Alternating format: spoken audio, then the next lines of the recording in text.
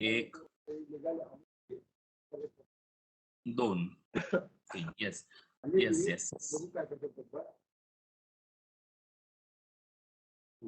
Okay, सगळ्यांना आवाज येतोय आणि आपण आज आज जो पोर्शन आपण बघणार आहोत किंवा गेल्या सेशन मध्ये जे बघितलं तर आपण केमिस्ट्रीला आतापर्यंत 2 सेशन झालेले आणि सर एक नॉईस येतोय तिकडनं, आवाज येतोय. Okay okay okay.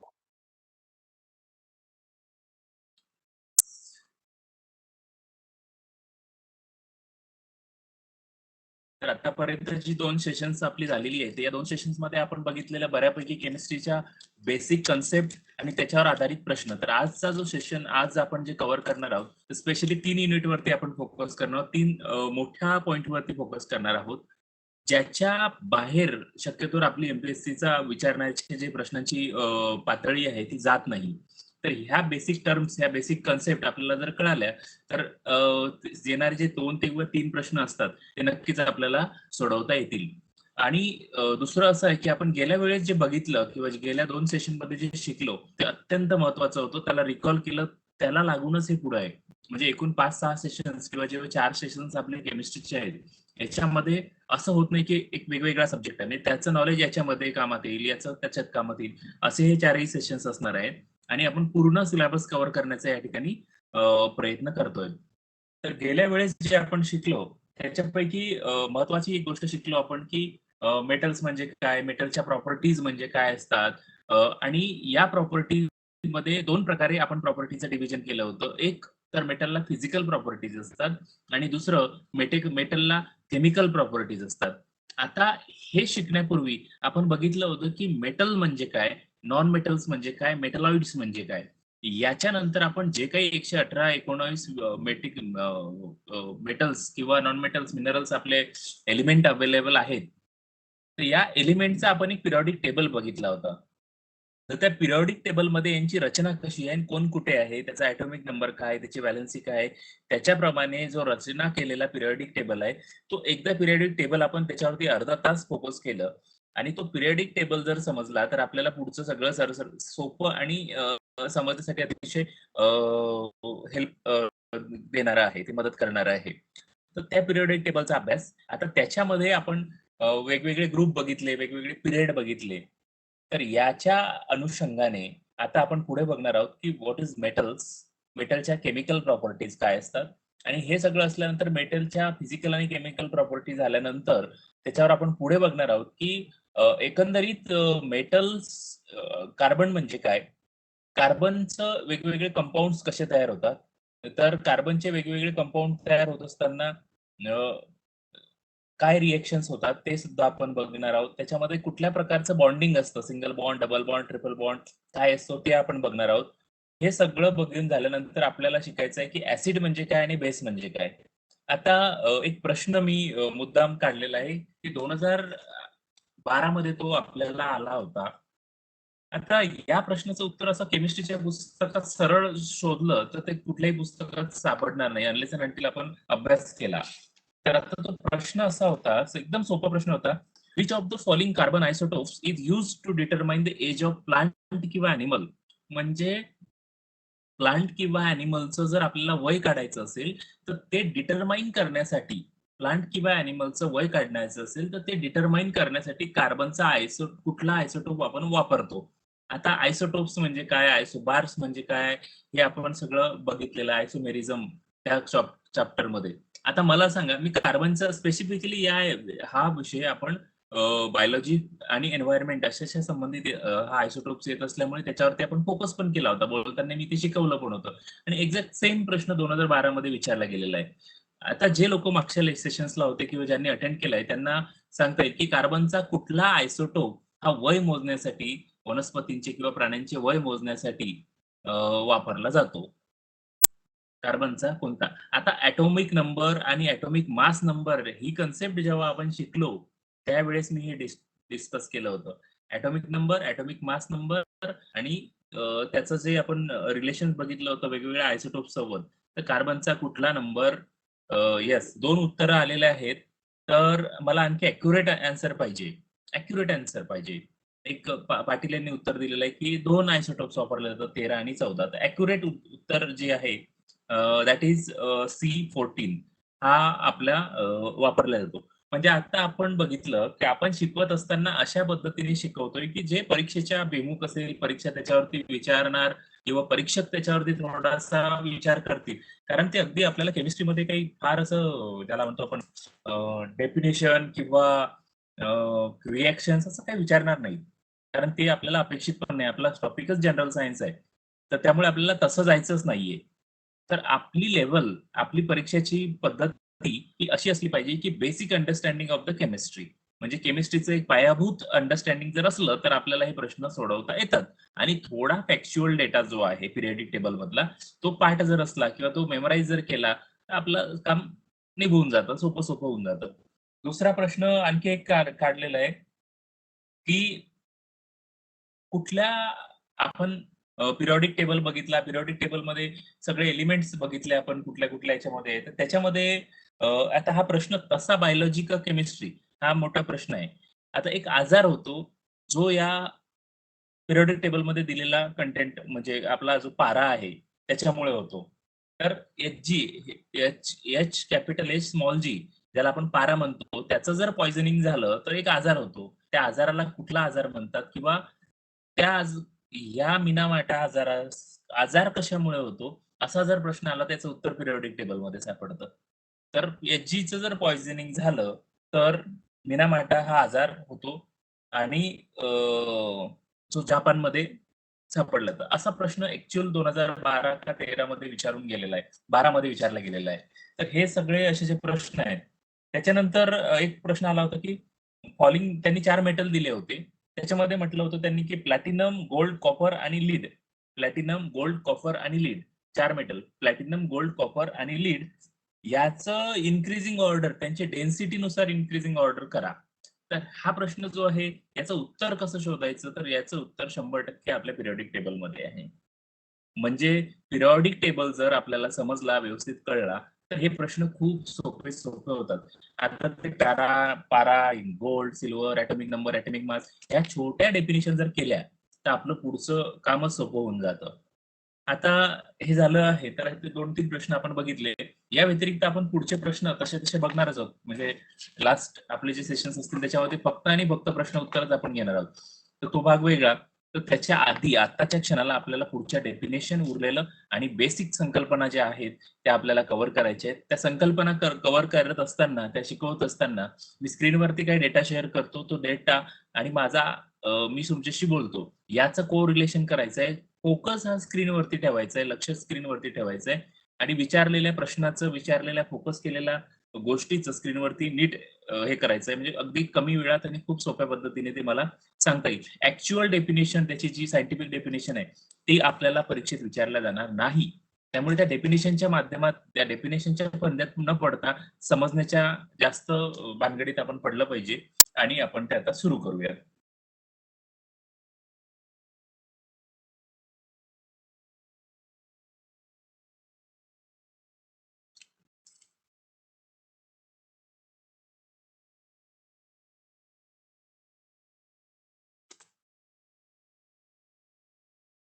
आता आपण बघितलं होतं, की मेटल्सला ज्या प्रॉपर्टी असतात, मेटल्सच्या ज्या प्रॉपर्टी असतात, ते त्या 2 प्रकारच्या असतात. एक तर फिजिकल प्रॉपर्टी असतात आणि त्याचबरोबर मेटलला केमिकल प्रॉपर्टी सुद्धा असतात. आता केमिकल प्रॉपर्टीवरती शिफ्ट होण्यापूर्वी आपण गेल्या सेशनमध्ये जे बघितलं होतं, त्याला एक थोडंसं रिमाइंड करण्याचा प्रयत्न मी करतोय.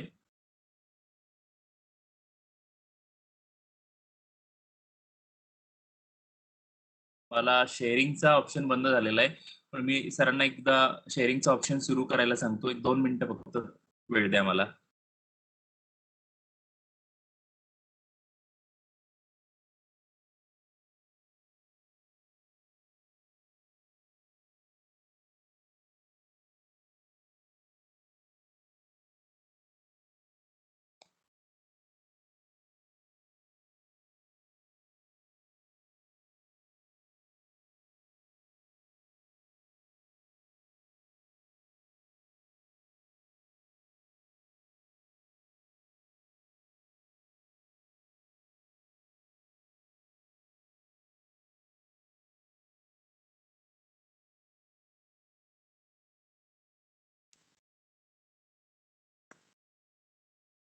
राकेश सर.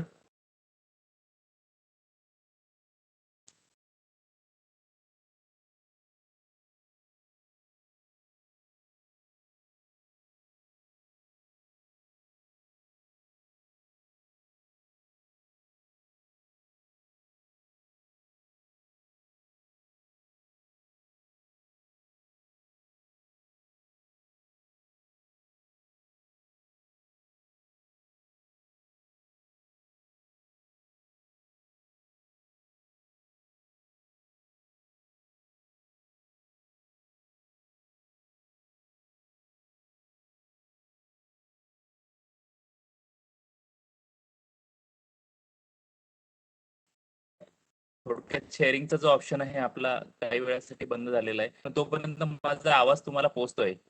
सगळ्यांना आवाज पोहोचतोय असं एकदा कन्फर्मेशन मला द्या फक्त. येस. तर आपण बघितलं होतं की क्लासिफिकेशन ऑफ एलिमेंट्स जे आहे, क्लासिफिकेशन ऑफ एलिमेंट्स जे आहे, या क्लासिफिकेशन ऑफ एलिमेंट्स मध्ये आपण बघितलं की मेटल्स असतात, नॉन मेटल्स असतात आणि मेटलॉइड्स असतात. म्हणजे काय असतं की थोडक्यात एखादी गोष्ट ही मेटल आहे किंवा मेटल नाही, म्हणजे नॉन मेटल आहे. या व्यतिरिक्त दुसरा विषय असा येतो आपल्याला की मेटल्स आहे, मेटलॉइड्स, मेटल किंवा नॉन मेटल आहे किंवा मेटलॉइड्स आहे, म्हणजे याच्यापेक्षा वेगळं काहीतरी मिश्रण आहे. तर ह्या सगळ्या तीन तीन बेसिक कन्सेप्ट आपल्याला बघितल्या आपण. त्याच्यामध्ये बघितलं आपण की मेटल्स जी असतात त्याला लुझिंग ऑफ इलेक्ट्रॉनची कॅपॅसिटी असते. हे एक स्टेटमेंट महत्वाचं आहे की लुझिंग ऑफ इलेक्ट्रॉन्स, त्याच्यामध्ये पॉझिटिव्ह आयन तयार होणार. आणि या व्यतिरिक्त आपण त्याच्या आणखी काही प्रॉपर्टी बघितल्या, तर ते काय असतं, सॉलिड असतं रूम टेम्परेचरला, ही एक गोष्ट बघितली. दुसरी गोष्ट बघितली काय, त्याला लस्टर असतं. लस्टर म्हणजे काय, ते चमकतं. त्याच्यानंतर त्याला मॅलिएबिलिटी असते. त्याच्यानंतर त्याला डक्टिलिटी असते, प्रॉपर्टी ज्याच्यामध्ये ते वायर्स मध्ये तयार करू शकतो आपण त्याला, किंवा हॅमरने मारून मारून ठोकून त्याला पत्र्याच्या कन्व्हर्ट मध्ये करू शकतो, त्याला मॅलिएबिलिटी आपण म्हणतो. तर ह्या सगळ्या गोष्टी आहेत. त्याच्यामध्ये कंडक्शन ऑफ हीट करण्याची कॅपॅसिटी असते, कंडक्शन ऑफ इलेक्ट्रिसिटी असते, म्हणजे इलेक्ट्रिसिटी कंडक्ट करू शकते, हीट कॅपॅसिटी असते, हार्ड असतं, मेल्टिंग बॉइलिंग पॉइंट त्याला असतो. आणि आवाज जो येतो त्या मेटलचा, एक आवाज असतो, त्याला आपण सोनोरस म्हणतो. तर सोनोरस आवाज जो आपण असतो तो पण ना, त्याला असं म्हणजे घंटीचा आवाज किंवा लोखंडाचा आवाज, हे जे आवाज आहेत, तर ही त्याची प्रॉपर्टी आहे, फिजिकल प्रॉपर्टी. तर ह्या सगळ्या झाल्या त्याच्या फिजिकल प्रॉपर्टी. या व्यतिरिक्त आपल्याला बघायचे आहेत केमिकल प्रॉपर्टीज. तर केमिकल प्रॉपर्टी मध्ये काय आहे, बेसिकली केमिकल प्रॉपर्टीज काय आहेत की मेटल म्हणजे काय आणि त्याच्या केमिकल प्रॉपर्टीज म्हणजे काय, ह्या सगळ्या आपल्याला बघायच्या आहेत. केमिकल प्रॉपर्टी मध्ये जे होतं मेटल्स, त्याची रिएक्शन जे होते वेगवेगळ्या कंपाऊंड सोबत, डेफिनेशन लक्षात घ्यायची आहे, की एखाद्या मेटलची रिएक्शन ह्या वेगवेगळ्या पद्धतीने जेव्हा होतात, वेगवेगळ्या कंपाऊंड सोबत जेव्हा होतात, या प्रोसेसला आपण म्हणतो, किंवा या सगळ्या गोष्टीला आपण म्हणतो chemical properties of the metal. Definition साध्या सिंपल शब्दात, एखाद्या मेटलची एखाद्या कंपाऊंड सोबतची होणारी रिएक्शन, याला म्हणतो आपण chemical properties of the metal. एखाद्या मेटलची एखाद्या वेगळ्या कंपाऊंड सोबत किंवा एलिमेंट सोबत होणारी रिएक्शन, याला म्हणतो आपण chemical properties of the metal. आता ह्या केमिकल प्रॉपर्टीज कुठल्या कुठल्या असतात ते आपल्याला थोडस बघायचं आहे.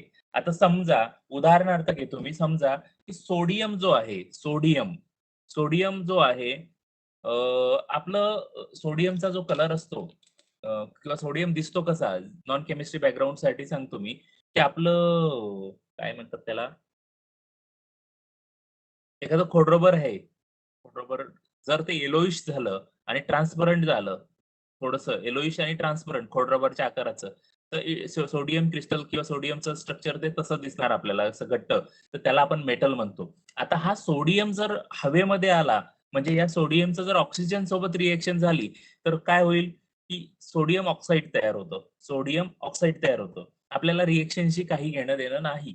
आपल्याला एवढंच लक्षात ठेवायचं आहे की सोडियम जर हवेच्या कॉन्टॅक्ट मध्ये आला, सोडियम मेटल, तर त्याचं काय होणार, रिएक्शन होईल ऑक्सिजन सोबत आणि NaO2 तयार होणार, सोडियम ऑक्साईड तयार होणार. म्हणजे होता सोडियम, त्याला भेटलं ऑक्सिजन, त्याचं झालं सोडियम ऑक्साईड.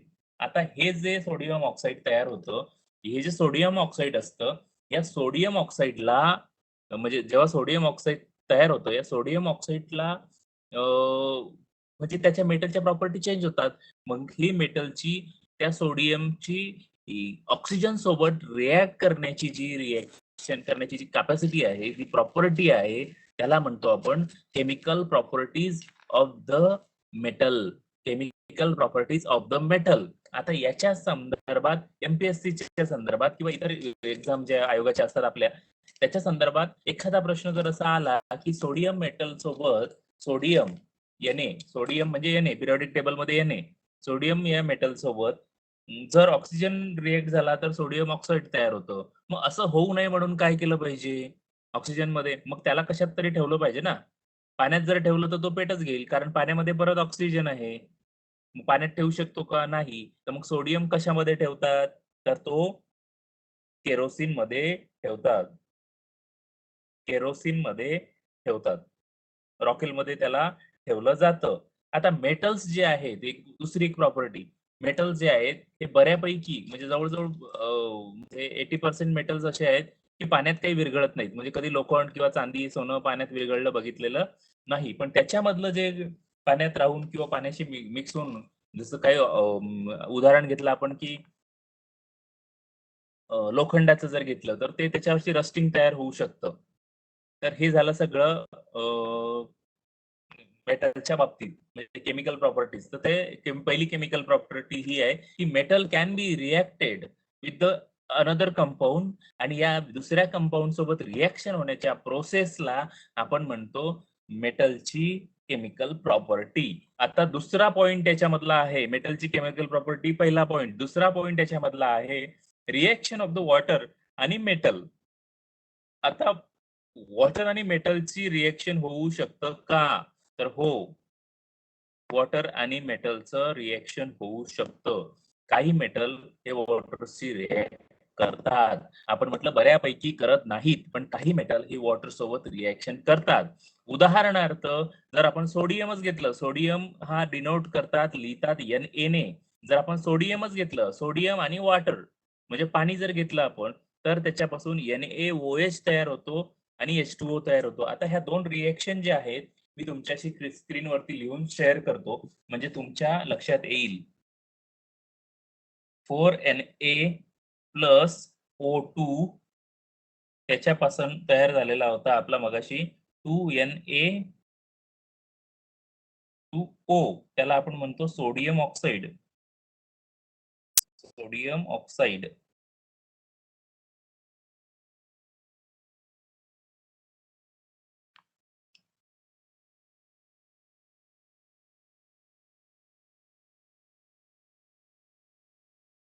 ऑक्सिजन. आता ही झाली पहिली रिएक्शन आणि दुसरी रिएक्शन जी आपण बघितलं की मेटल टू ऑक्सिजन. दुसरी रिएक्शन होती आपली मेटल प्लस वॉटर. तर याच्यामध्ये परत आपण NH घेतला, H2O घेतला.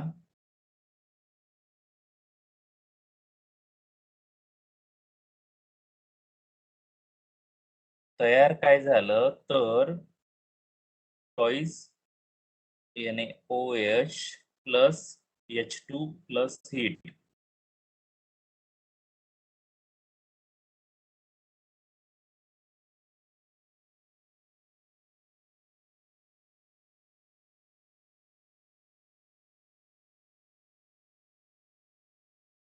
ही इमेज मी शेअर करतोय. कंटेंट शेअरचा ऑप्शन आपल्याला आलेला आहे. थोडस स्क्रीनवरती तुम्हाला लक्ष द्यायचं आहे.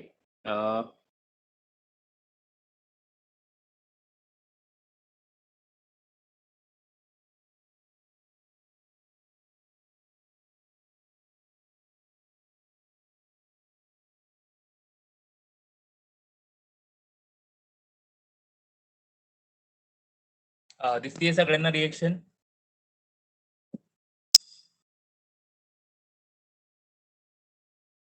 जर रिएक्शन आहे, यस, गुड गुड, आता दिसतंय. तर आता या रिएक्शन मध्ये जर आपण बघितलं तर पहिल्यांदा पहिल्या रिएक्शन मध्ये 1 नंबर मध्ये जर बघितलं आपण तर पहिली केमिकल प्रॉपर्टी बद्दल आपण बोललेलो आहे की मेटल हे कशासोबत तरी रिएक्ट होतात. म्हणजे मेटलला रिएक्शनची आवश्यकता असते किंवा मेटल रिएक्ट करतात, तर ही पहिली केमिकल प्रॉपर्टी आहे. मग आता ह्या ज्या कन्सेप्ट आहेत ना, आपण ज्या शिकणार आहोत, हेच प्रश्न सोडवताना लॉजिक वापरायचं आहे. सायंटिफिक लॉजिक आपल्याला 10वीच्या पुस्तकाच्या शेवटच्या वर्षाला विज्ञानवाल्यांना असा धडा होता, की शास्त्रीय कारण द्या. त्याच्यामधलं जो प्रश्नाचं उत्तर असायचं ते असंच शोधायला लागायचं, की शास्त्रीय कारण द्या म्हणजे काय? एखादी रिएक्शन दिली याचं शास्त्रीय कारण द्यायचं. तर त्याला हे सांगायचं असायचं, की आधी ज्या कन्सेप्ट शिकलेल्या आहेत, आधी ज्या संकल्पना शिकलेल्या आहेत, या संकल्पनांचं उत्तर, त्या संकल्पनांमधनं त्या प्रश्नाचं उत्तर आपल्याला शोधायचं असतं आणि तो प्रयत्न आपण करत असतो. पण एम-पी-एस-सी किंवा आयोग आपल्याला डायरेक्ट संकल्पना विचारत नाही, डायरेक्ट डेफिनेशन विचारत नाही, अशा पद्धतीचे प्रश्न देतात आणि त्याच्यावरती आपल्याला उत्तर द्यायचं असतं. आता त्यासाठी आपल्याला हे बेसिक कन्सेप्ट माहीत असणं गरजेचं असतं. मी परत हे रिपीट यासाठी करतो, की हे अत्यंत महत्त्वाचं आहे. आता आपण बघूयात, की मेटल जो बघितला त्याची आपण बघणार आहोत केमिकल प्रॉपर्टी. केमिकल प्रॉपर्टीमध्ये आता रिएक्शन आधी ऐकली, आता आपण शेअरिंगचं ऑप्शन आला, मी समजावून सांगतो थोडंसं. मेटल आणि ऑक्सिजन वर लिहिलेलं आहे मेटल प्लस O2 म्हणजे 4 Na घेतले आपण. 4 जर आपण सोडियम घेतले प्लस 2 ऑक्सिजन मॉलिक्यूल घेतले, 4 Na प्लस O2 2 घेतले, तर टॉईज Na2O तयार होतो. हा टॉईज Na2O दुसरं तिसरं काही नसून हा सोडियम ऑक्साईड आहे. म्हणजे काय झालं, की सोडियम होता आपल्याकडे आणि एंड प्रॉडक्ट काय मिळालं आपल्याला? Sodium oxide. सोडियम ऑक्साईड तयार झालेला आहे. सोडियम ऑक्साईड तयार झालेला आहे. म्हणजे काय होतं, की जेव्हा मेटल हा एखाद्या कंपाऊंडच्या एलिमेंटच्या संपर्कात येतो, त्यावेळेस रिएक्शन ही होते किंवा होऊ शकते. सगळ्यांचीच होते असं नाही. तर रिएक्शन होऊ शकते. हा झाला पहिली property, that is a chemical property of the metals. Second property काय? Metal can be reacted. Metal can react with water. जर पाण्यासोबत धातूंची रिएक्शन होते का? तर आपल्याला उत्तर त्याचं शोधायचं आहे. तर येस, पाण्यासोबत धातूची रिएक्शन होते. उदाहरण घेतलं आपण टॉईज Na, परत घेतलं आपण सोडियमच इथे. आता सोडियमला जर पाण्यामध्ये टाकलं किंवा H2O जर त्याच्याशी पाणी दिलं सोडियमला, तर काय होणार? सोडियम आणि पाणी जर एकत्र केले तर त्याच्यावरनं NaOH तयार होईल. तर आता हा NaOH दुसरं तिसरं काही नसून हा बेस तयार झालेला आहे. आता बेस म्हणजे काय आणि ऍसिड म्हणजे काय? We will study in the next chapter, next session. आजच आपण शिकणार आहोत ऍसिड बेसच्या कन्सेप्टमध्ये. तर आता फक्त एवढं लक्षात ठेवायचं की ते बेस तयार झाला आणि बेस सोबत आता H2 पण रिलीज झाला. इथे बाण वरच्या दिशेला मी दाखवलेला आहे. जे गॅस वर जातो, गॅस कधी खाली जात नाही, हे लक्षात घ्यायचं. त्याच्यानंतर हीट प्रोड्यूस झाली, एनर्जी. मग आता प्रश्न आहे की ज्या रिएक्शन्स मध्ये, परत बेसिक कन्सेप्ट, ज्या रिएक्शन मध्ये हीट बाहेर पडते त्याला आपण म्हणतो एक्झोथर्मिक रिएक्शन. ज्या एनर्जी मध्ये हीट लागते त्याला म्हणतो एंडोथर्मिक रिएक्शन. आणि गॅसेस हे रिलीज होतात ऍटमॉस्फिअर मध्ये रिएक्शन होत असताना, त्याचे बबल्स येऊन. तर ही सगळी केमिकलच्या प्रोसेसेस आहेत. तर केमिकल कायनेटिक्स ज्याला आपण म्हणतो त्याच्यामध्ये ते येईल. तर आपल्याला इतक्या दूरचं कायनेटिक्स बेनेटिक्स काही परीक्षेला आपल्याला लागत नाही. आपला मुद्दा 21 ऑगस्ट. तर त्या दृष्टीने आपल्याला काय लक्षात ठेवायचं की सोडियम आणि H2O हे जर एकमेकांच्या सोबत आले, यांची जर रिएक्शन घडून आणली तर NaOH हा बेस तयार होतो आणि H2 गॅस रिलीज होतो आणि हीट तयार होते. म्हणजे काय होतं? तर मेटल हे पाण्यासोबत रिएक्ट करतं. म्हणजे काय करतं की मेटल हे पाण्यासोबत रिएक्ट करतं. आपलं दुसरा पॉइंट कव्हर झाला. आता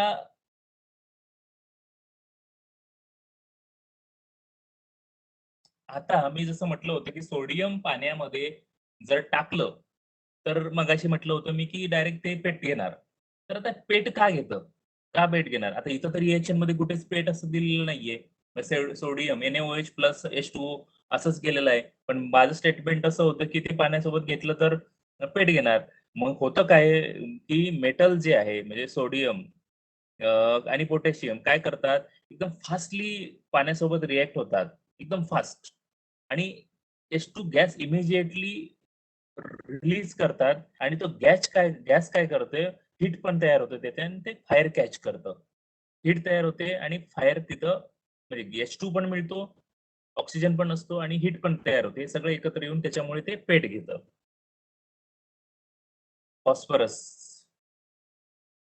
आता तिसरा पॉइंट जो येतो आपला, तिसरा जो टॉपिक किंवा तिसरा जो कंटेंट येतो आपला, एक तिसरी प्रॉपर्टी जी आहे की ऍसिड सोबत मेटल रिएक्ट करतात का? किती लोकांना असं वाटतं की मेटल ऍसिड सोबत रिएक्ट करू शकतात? ज्यांना असं वाटतं की रिएक्ट करतात त्यांनी मला फक्त येस पाठवा, ज्यांना किंवा थंब पाठवा. बेस्ट ऑप्शन आपला थंब. थंब ही आपली बोलण्याची भाषा. एक्सप्रेस करण्यासाठी आपण थंब वापरतो. Yes, correct. अनेक लोकांना असं वाटतं की ऍसिड हे म्हणजे मेटल सोबत ऍसिड रिएक्ट करतात. मग आता आपल्याला बघायचं आहे की मेटल सोबत ऍसिड रिएक्ट होतात म्हणजे नेमकं काय होते? तर कशा पद्धतीची रिएक्शन होते? तर एक रिएक्शन आपण सोपी घेऊ. याच्यासोबत आपण घेऊ अ, एक रिएक्शन मी स्क्रीनवरती लिहूनच शेअर करतो, की समजा तोपर्यंत ऐकलं तरी हरकत नाही. समजा मॅग्नेशियम आहे.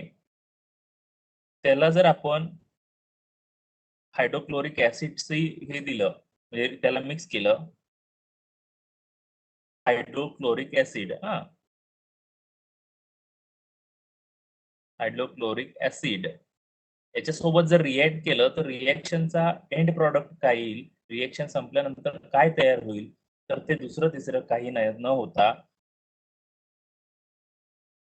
मेटल क्लोराईड तयार होईल. मेटल क्लोराईड आणि हायड्रोजन गॅस जो आहे हा ढगात जाईल, हवेत जाईल, म्हणजे उडून जाईल. तर हा सगळा अ, ही रिएक्शन मी तुम्हाला 2 द्यायला हरकत नाही क्रमवारी.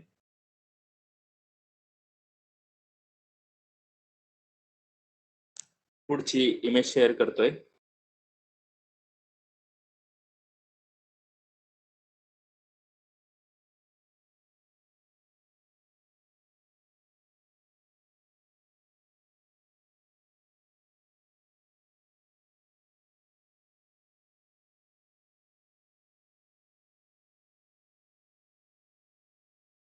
सगळ्यांना इमेज दिसते स्क्रीनवरती? ओके. सो आता आपला प्रश्न असा आहे, की जर मॅग्नेशियम Mg आणि HCl हे जे आकडे आहेत ना, याच्या भानगडीत पडू नका. किती मॉलिक्यूल आले, 2 लिहिला, आपण 1 लिहिला. तर हा नंतरचा भाग आहे. आपल्याला त्याच्याशी आता सध्या काम पडत नाही किंवा आपण त्याला लक्षात घ्यायचं नाहीये. आता बघ लक्षात घ्यायचं आहे, की जर मॅग्नेशियम आणि HCl जर हायड्रोक्लोरिक ॲसिड हे जर एकत्र आले, यांची जर रिएक्शन केली तर काय होईल? तर MgCl2 तयार होईल. MgCl2 तयार होईल. म्हणजे आता हा Cl2 तयार होण्यासाठी आपल्याला 2 HCl लागणार होते. म्हणून आपण ते ट्वाइस HCl तिथे घेतलेलं आहे. 1 Mg लागणार होता. म्हणजे MgCl2 तयार झाला. मग आता 2 H2 उरले. ते H2 चं काय करणार? तर हे H2 हवेत जाणार. म्हणजे गॅस रिलीज होणार. आलं लक्षात? म्हणून तो बाण दाखवला, की H2 वर गेलेला आहे. म्हणजे काय होतं, की मेटल आता हे HCl जे आहे यामधलं दॅट इज ॲसिड. आता मगाशी आपण एक शब्द आला होता बेस म्हणजे काय? आता इथं आलं ॲसिड म्हणजे काय? तर ॲसिड म्हणजे काय आणि बेस म्हणजे काय हे आपण ॲसिड बेसमध्ये शिकणार आहोत. पण आता या क्षणाला, या मिनिटाला आपल्याला एवढंच बघायचं आहे, की मेटलची रिएक्शन ही ॲसिड सोबत होते का? तर हो. आलं लक्षात? ॲसिड सोबत होते का? तर हो.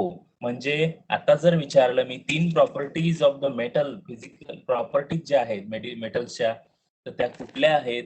तर मेटलच्या पहिले आपण बघितल्या 9 वेगवेगळ्या प्रॉपर्टी, 9 वेगवेगळ्या प्रॉपर्टी ज्या फिजिकल प्रॉपर्टी आहेत. याच्या व्यतिरिक्त आपण आता बघितल्या 9 आणि 3 ह्या केमिकल प्रॉपर्टीज मेटलच्या. तर कुठली-कुठली केमिकल आहे? तर पहिली आहे की मेटल हे रिएक्ट करतं वेगवेगळ्या अ, याच्यासोबत, एलिमेंट सोबत किंवा कंपाउंड सोबत.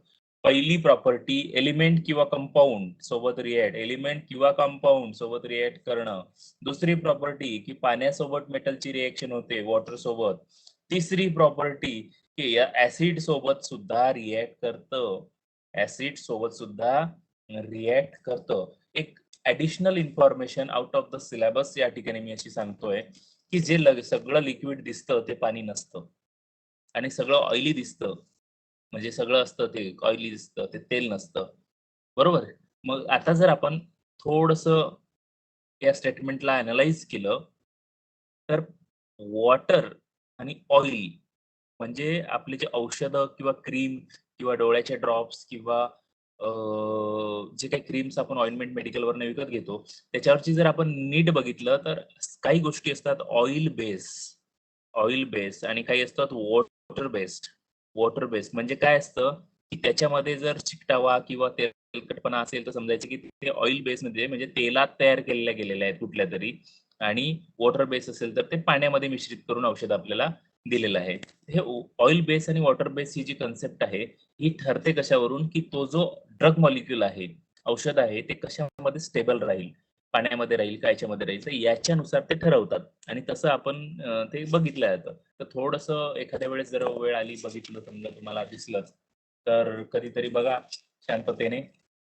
त्याच्यात तुम्हाला दिसेल ते वॉटर बेस, ऑइल बेस.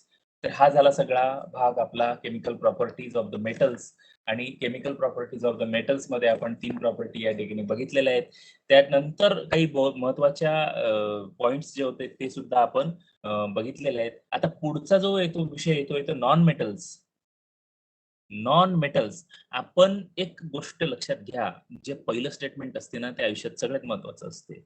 आपण कुठल्याही कन्सेप्ट बाबतीत. तर जेव्हा आपण मेटल शिकलो, त्यावेळेस आपण म्हटलं, की मेटल हे पॉझिटिव्ह आयन तयार करतात. मेटल हे पॉझिटिव्ह आयन्स तयार करतात. या विरुद्ध नॉन मेटल काय करतात? निगेटिव्ह आयन तयार करतात.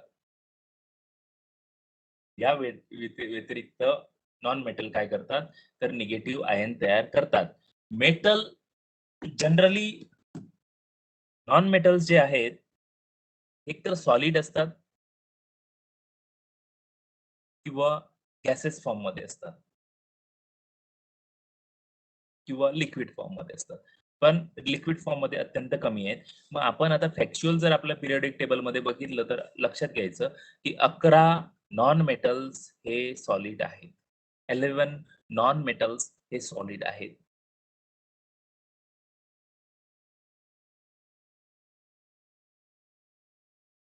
आता या सगळ्या याच्यामध्ये आपण पुढची एक गोष्ट शिकायची आहे, की नॉन मेटलमध्ये काय असतं, की उदाहरणार्थ आपल्याला जर घ्यायचं तर बेस्ट नॉन मेटल कुठलं आहे?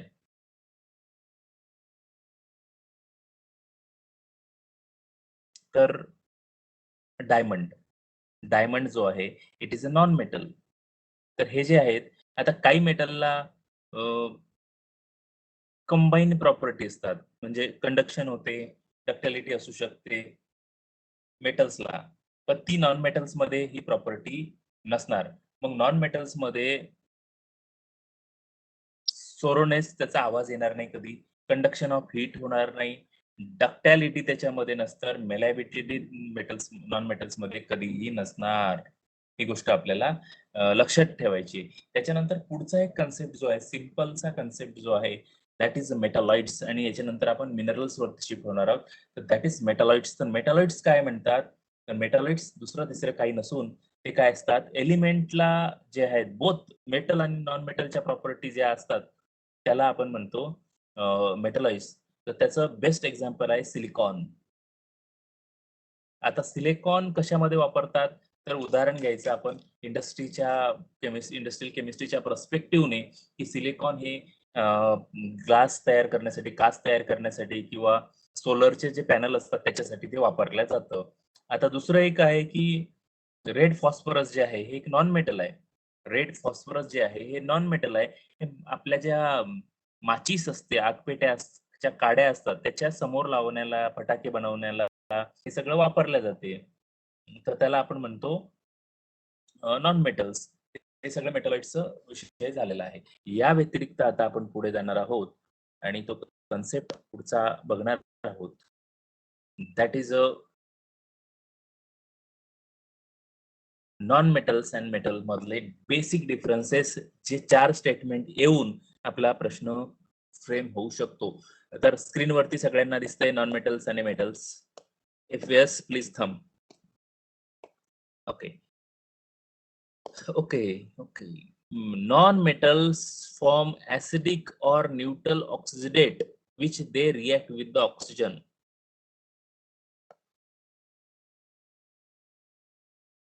जे नॉन मेटल्स असतात, जे ऍसिडिक किंवा न्यूट्रल ऑक्सिडाइज होऊन तयार होतात, कारण ते रिएक्ट्स विथ द ऑक्सिजन. आणि non metals do not displace hydrogen with dilute acid. Dilute acid जर असेल, कॉन्सन्ट्रेटेड ऍसिडला जाऊ शकतात, पण डायल्यूटला काही हायड्रोजन देत नाही. Non metals do not react with the water and steam. पाण्यासोबत नॉन मेटल्स रिएक्ट होत नाही. Non metals form negative ions. आपण ते बघितलं आतापर्यंत जे शिकलो ना, त्याच्यामध्येच बघितलं आपण की नॉन मेटल्स निगेटिव्ह आयन तयार करतात, मेटल्स पॉझिटिव्ह आयन तयार करतात, मेटल्स रिएक्ट विथ वॉटर आणि स्टीम्स करतात, metals displace hydrogen from dilute acid करतं, metals react with oxygen to form metal oxidates. आता आपण बघितलं या तिन्ही रिएक्शन मेटलच्या. या मेटलच्या ज्या 3 रिएक्शन आहेत त्याच्या एक्झॅक्टली अगेन्स्ट हे नॉन मेटल्स मध्ये होणार आहे. आता पुढचा विषय जो आहे आपला पुढचा टॉपिक जो आहे तो आपण आता सुरू करूया. That is a minerals. की काय असतं नेमकं? मिनरल वॉटर, मिनरल्स असे शब्द आपल्याला येतात. तर हा नवीन टॉपिक आता आज आपण सुरू करणार आहोत आणि संपणारच आहे, म्हणजे खरं म्हणजे सुरू म्हणण्यापेक्षा. तर 2 टॉपिक आपल्याला आज कव्हर करायचे आहेत. की क्लासिफिकेशन ऑफ मिनरल्स जो आहे तो आपला झालेला आहे.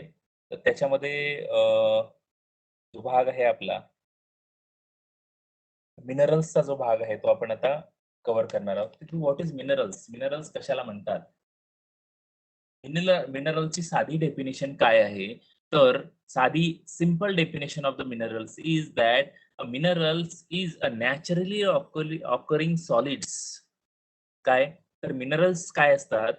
तर naturally occurring solids that have a definite chemical composition and crystal structure.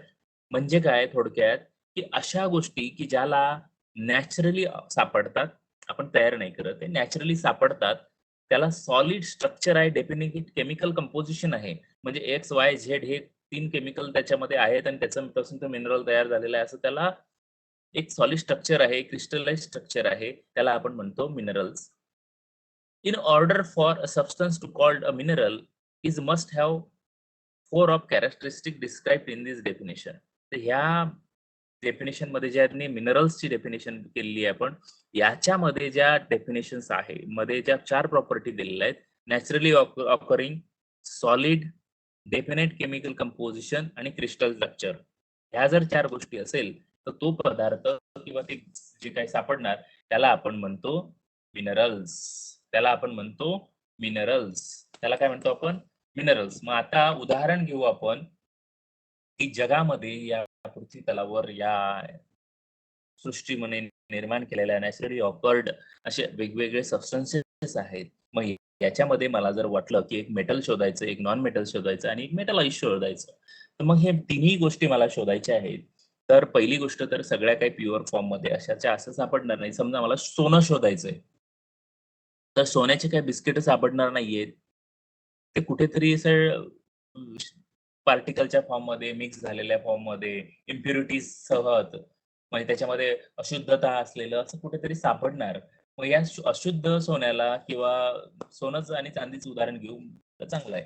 तर या अशुद्ध गोष्टीला, या अशुद्ध मेटलला मला शुद्ध करायला लागेल. मग त्याच्यासाठी वेगवेगळ्या प्रोसेस करायला लागतील.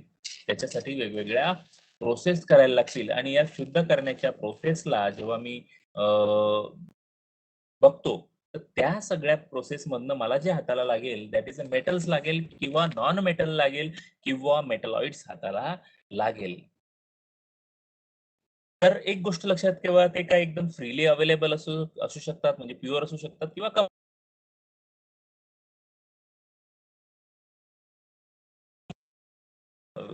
हे. दुसरी गोष्ट आहे, त्यांचे ऑक्साइड्स पण सापडू शकतात. तर हे सगळं झालं मेटलच्या बाबतीत. आता दुसरा प्रश्न आहे की ओरस म्हणजे काय? मिनरल्स जे आहेत, विच मिनरल्स जे आहेत ज्याच्यापासून आपण मेटल एक्स्ट्रॅक्ट करतो,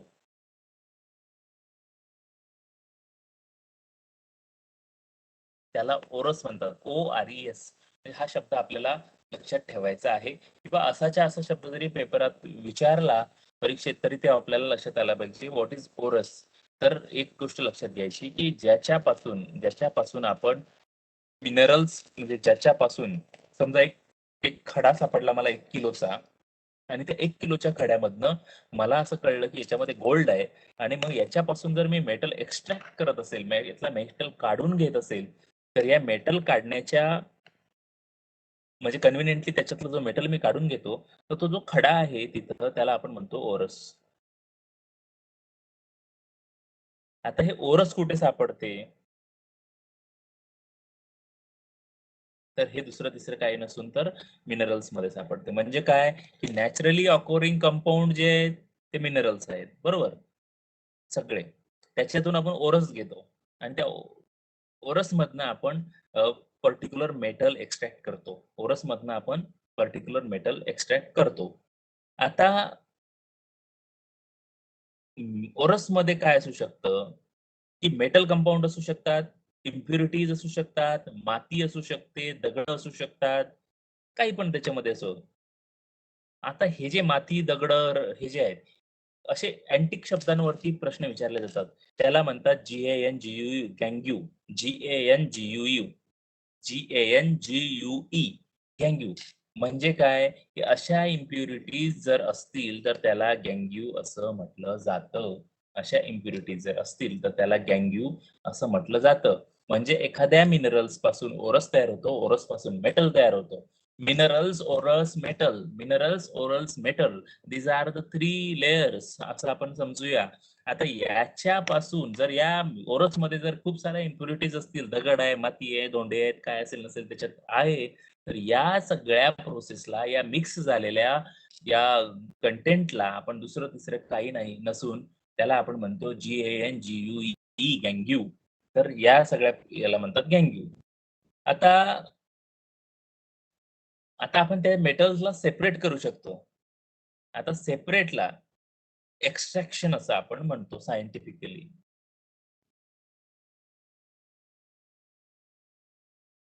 त्याला म्हणतो आपण एक्स्ट्रॅक्शन.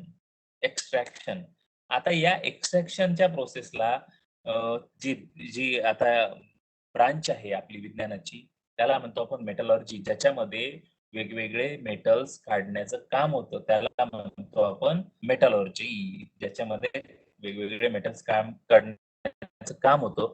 त्याला म्हणतो आपण मेटलॉजी. आता पुढच्या स्क्रीनवरती जर आपण गेलो, तर आपल्याला थोडेसे मेटलॉइड्स दिसतील. किती लोकांना हे मेटलॉइड्स दिसत आहेत?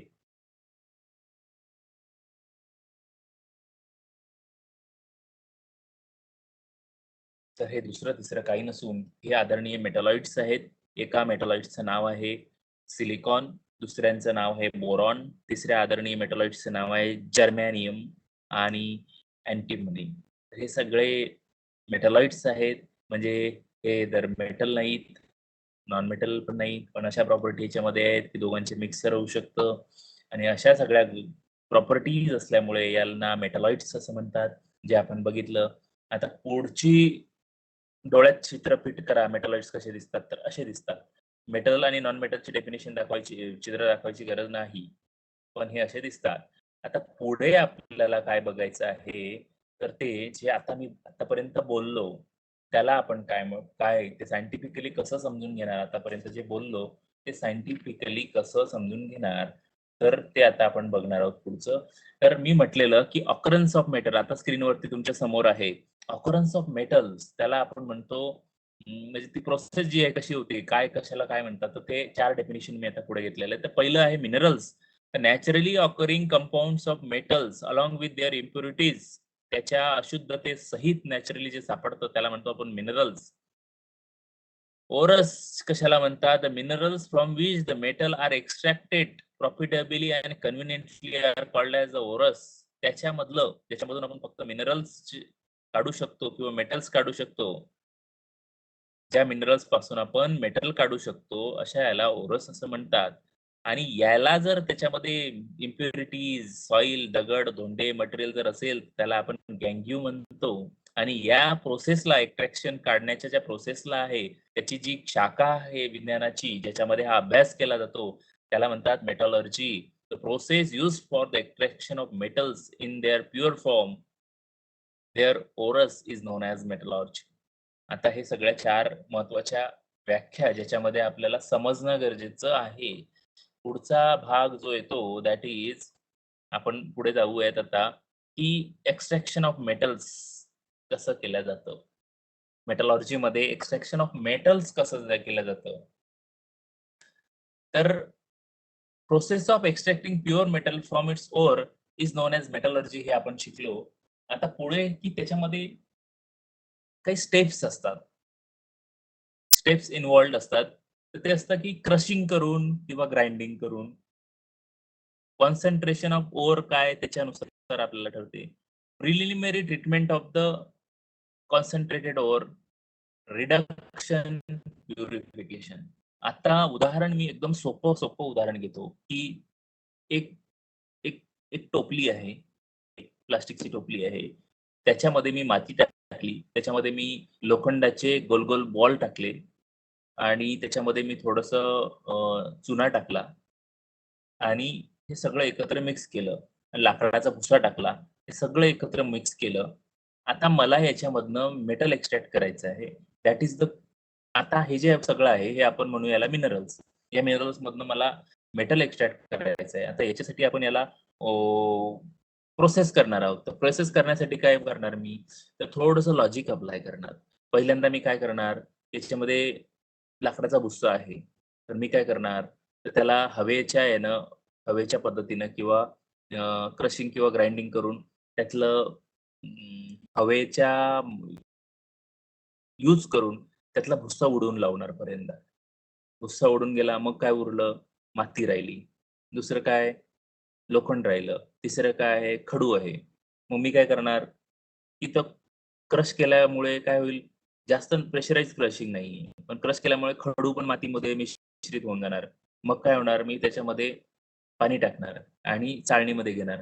पाणी आणि माती हे मिक्स होऊन हळू खालून निघणार. मग काय उरणार? फक्त आणि फक्त लोखंडाचे बॉल्स उरणार. तर ही जी प्रोसेस आहे, आता हे एकदम सिंपल उदाहरण या ठिकाणी मी घेतलं. तर अशा पद्धतीने काय करतात, की मेटल एक्स्ट्रॅक्ट करतात मेटलॉर्जीमध्ये. ते ही फिजिकल मेथड झाली.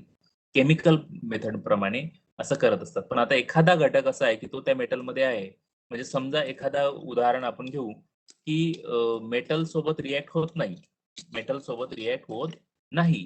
पण मेटलमध्ये त्या मिनरल्समध्ये असलेल्या किंवा त्या ओरमध्ये असलेल्या इम्प्युरिटीज सोबत रिएक्ट होतो.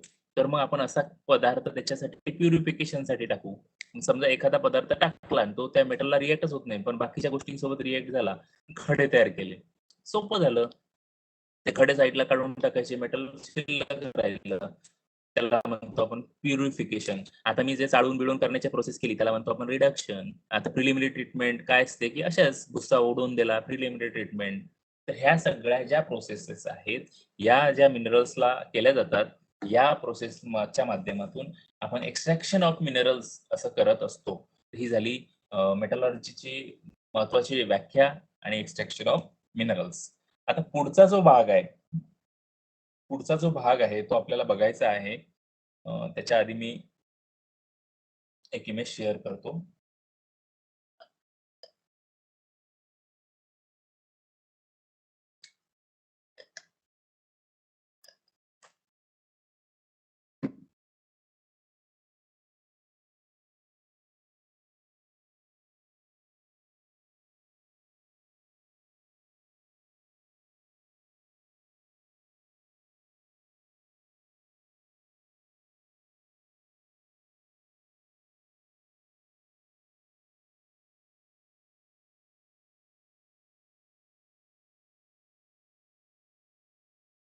आता हे जे एक्स्ट्रॅक्शन असतं, या एक्स्ट्रॅक्शनमध्ये 2-3 गोष्टी आपल्याला बघायच्या आहेत, की आता याचा कंटेंट किंवा इमेज मी शेअर करत नाही, पण तुम्ही लिहिलं तरी हरकत नाही. याच्यामध्ये असं एक गोष्ट आहे, की 2 कंटेंट येणार आहे, 2 महत्त्वाच्या पॉइंट्स येणार आहेत, की एक्स्ट्रॅक्शन जे आहे एकदम हायली रिएक्ट होणाऱ्या मेटलचं एक्स्ट्रॅक्शन कसं करतात किंवा ते कसं होतं आणि कमी रिएक्ट होणाऱ्या मेटलचं रिएक्शन कसं होतं करतात. तर हाय रिएक्टिव्हिटी जर मेटलची असेल, म्हणजे सोडियम, पोटॅशियम, कॅल्शियम, ॲल्युमिनियम हे जे आहेत, हे हायली रिएक्टिव्ह मेटल्स आहेत. हायली रिएक्टिव्ह मेटल्स आहेत यांचं एक्सट्रॅक्शन जे होते ते इलेक्ट्रोलायसिस या मेथडनं केलं जातं. आता इलेक्ट्रोलायसिस म्हणजे काय? इलेक्ट्रोलायसिस म्हणजे काय? एक सेकंद मला द्या, फक्त मी एक इमेज शेअर करतो इलेक्ट्रोलायसिसची, म्हणजे तुम्हाला ती कन्सेप्टच समजून जाईल.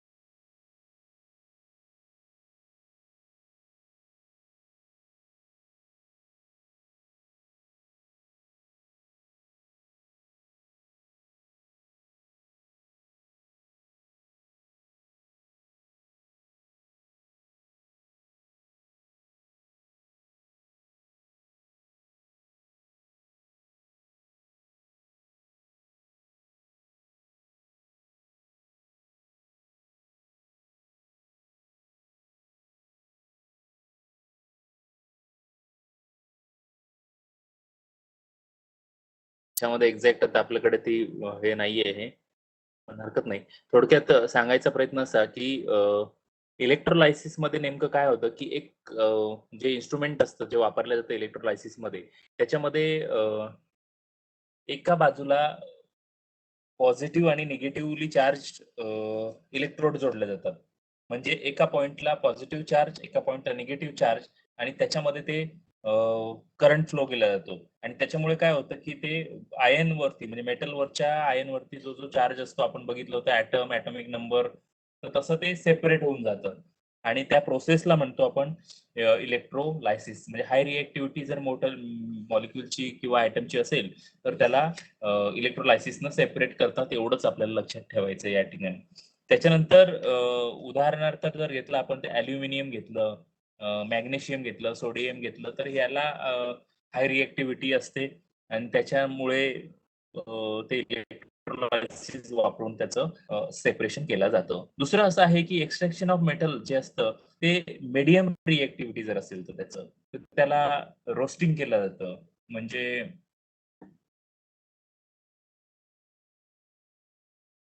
उदाहरणार्थ जर सल्फाइड जे आहे, त्याला जर आपल्याला ऑक्साईडमध्ये कन्व्हर्ट केलं आणि त्याला स्ट्रॉंगली हीट केलं, एक्सेस ऑफ एअर देऊन, तर त्याला प्रोसेसला म्हणतात आपण रोस्टिंग.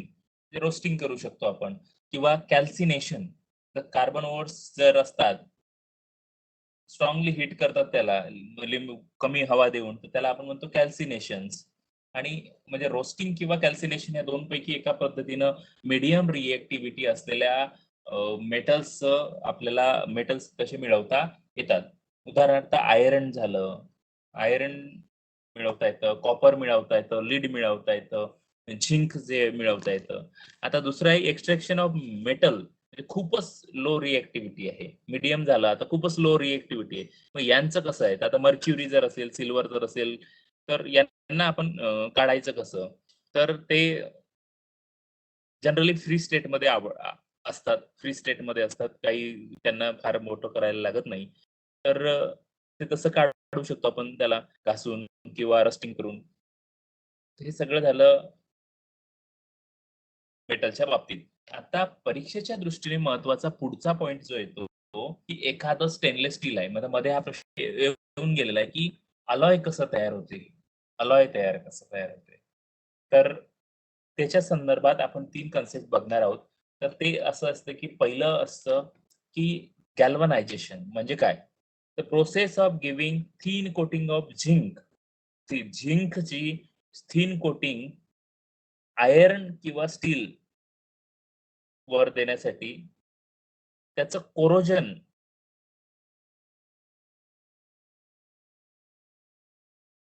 होण्यापासून रोखण्यासाठी जे थिन कोटिंग दिलं जातं, त्याला म्हणतो आपण गॅल्व्हनायझेशन. गॅल्व्हनायझेशन म्हणजे एकदम थिन कोटिंग जेव्हा एखाद्या गोष्टीवर असतं, त्याला त्याचं इरोजन होऊ नये, ते खराब होऊ नये, कोरोजन होऊ नये म्हणून, तर त्याला म्हणतो आपण गॅल्व्हनायझेशन. मग आता याचं उदाहरण काय? गॅल्व्हनायझेशन आपण लक्षात कसं ठेवायचं किंवा आपल्याला कुठे काय माहिती की गॅल्व्हनायझेशन कसं असतं किंवा कसं दिसतं? तर साधं सिंपल उदाहरण याचं जे आहे गॅल्व्हनायझेशनचं, की पिन ज्या असतात आपल्या टाचण्या किंवा बऱ्याचदा आपलं घड्याळ असतं किंवा मेटलचे जे काही वस्तू आपण वापरतो डे टू डे यूजमध्ये त्याच्यावरचं जे प्लेटिंग असतं दॅट इज गॅल्व्हनायझेशन. त्याच्यानंतर आहे टिनिंग. आता याच्यामध्ये काय असतं की वितळलेला टिन हा धातूचं मेटलवरती एक हे दिलं जातं. त्याला म्हणतो टिनिंग आपण. म्हणजे टिनचं कोटिंग टिनिंग. आता त्याच्यामध्ये काय होतं, की बऱ्याचदा वेसल जे असतात, म्हणजे तांब्या पितळेचे जे भांडे असतात, ते हवेसोबत रिएक्ट झाले, हवेसोबत आले किंवा ॲसिडसोबत रिएक्ट आले, की ते ग्रीन होतात. आणि त्याच्यामुळे त्याचं कोरोजन होते. ते हळू-हळू पातळ होत जातात. आणि या ग्रीनिश कोटिंग जे आहे, ते हे दुसरं-तिसरं काही नसून जर आपल्या पोटात गेलं, तर ते पॉइझनस पण असतं. म्हणजे त्याने आपल्याला हानी पण पोहोचते. म्हणजे म्हणून तांब्या पितळेच्या भांड्यामध्ये दही किंवा ताक ठेवत नाहीत किंवा तसं करत नाहीत. तर आपले शास्त्रीय कारणं आपल्या आयुर्वेदामध्ये पण होते, की तांब्या पितळेची भांडं त्याच्यासाठी वापरत नाहीत. मग त्याच्यामध्ये काय होतं, की तो मेटल त्या ॲसिडसोबत रिएक्ट होऊन जातं, कोरोजन होतं. किंवा तसंही ठेवलं तर तरी हवेतल्या याच्यामुळे ते रिएक्ट होतात आणि हिरवे पडतात. आणि ते हिरवं जर पोटात गेलं आपल्या, तर आपल्याला त्याला पॉइझनिंग होतं. ते एवढं डेंजरस ते भांडी असतात. तर मग ह्या सगळ्या गोष्टी टाळण्यासाठी त्याला कलाई करायची आपल्या जुन्या काळामध्ये त्याला आपण म्हणायचो कलाई. तर हे कलाई दुसरं-तिसरं काही नसून काय आहे, हे टिनिंग प्रोसेस आहे. त्याच्यामध्ये ते एक पातळ थिन ते लेयर त्याच्यावरती तयार करायचे म्हणजे ते फूड सोबत काही रिएक्ट होणार नाही, आपल्या पोटात काही जाणार नाही. दुसरं असतं इलेक्ट्रोप्लेटिंग. आता इलेक्ट्रोप्लेटिंगमध्ये काय होतं, जसं आपण इलेक्ट्रोलायसिसमध्ये बघितलं, की वेगवेगळं करण्यासाठी वापरतात. तसंच एखाद्या गोष्टीवरती इलेक्ट्रिक एनर्जी वापरून म्हणजे इलेक्ट्रिक म्हणजे लाईट करंट वापरून प्लेटिंग केलं जातं. आयन्स बरोबर येतात आणि त्याच्यावरती चिटकतात. तर याला म्हणतो आपण इलेक्ट्रोप्लेटिंग. तर हे जनरली कशामध्ये केलं जातं, की जे चमचे असतात आपले खायचे, चांदीचे चमचे आपण म्हणतो. तर त्याला काही चांदीचे चमचे असतात का? चांदी तेवढी मजबूत आहे का? नाही. मग त्याच्यावरती फक्त ते प्लेटिंग करतात किंवा मग काय करतात गोल्डचे जे ज्वेलरी आले 1 ग्रॅम ज्वेलरीवाला जो कन्सेप्ट आहे, खोटा-खोटा. तर त्याच्यावरती ते तशा पद्धतीचं प्लेटिंग करत असतात. त्याच्यानंतर पुढचा भाग येतो, तो एक कन्सेप्ट येते ती is that is anodizing. Anodizing. What is anodizing? या मेथडमध्ये काय करतात, की जे कॉपर किंवा अॅल्युमिनियम सारखे मेटल्स असतात, ते त्यांच्या याच्यावरती थिन किंवा असं एक पातळ कोटिंग इलेक्ट्रिक वापरून दिलं जातं इलेक्ट्रिकली. त्याला म्हणतो आपण एनोडायझिंग. आता दुसरा प्रश्न असो, जसा मी एम-पी-एस-सीने किंवा आयोगाने विचारला असं म्हटलं होतं आणि तो म्हणजे अलॉय.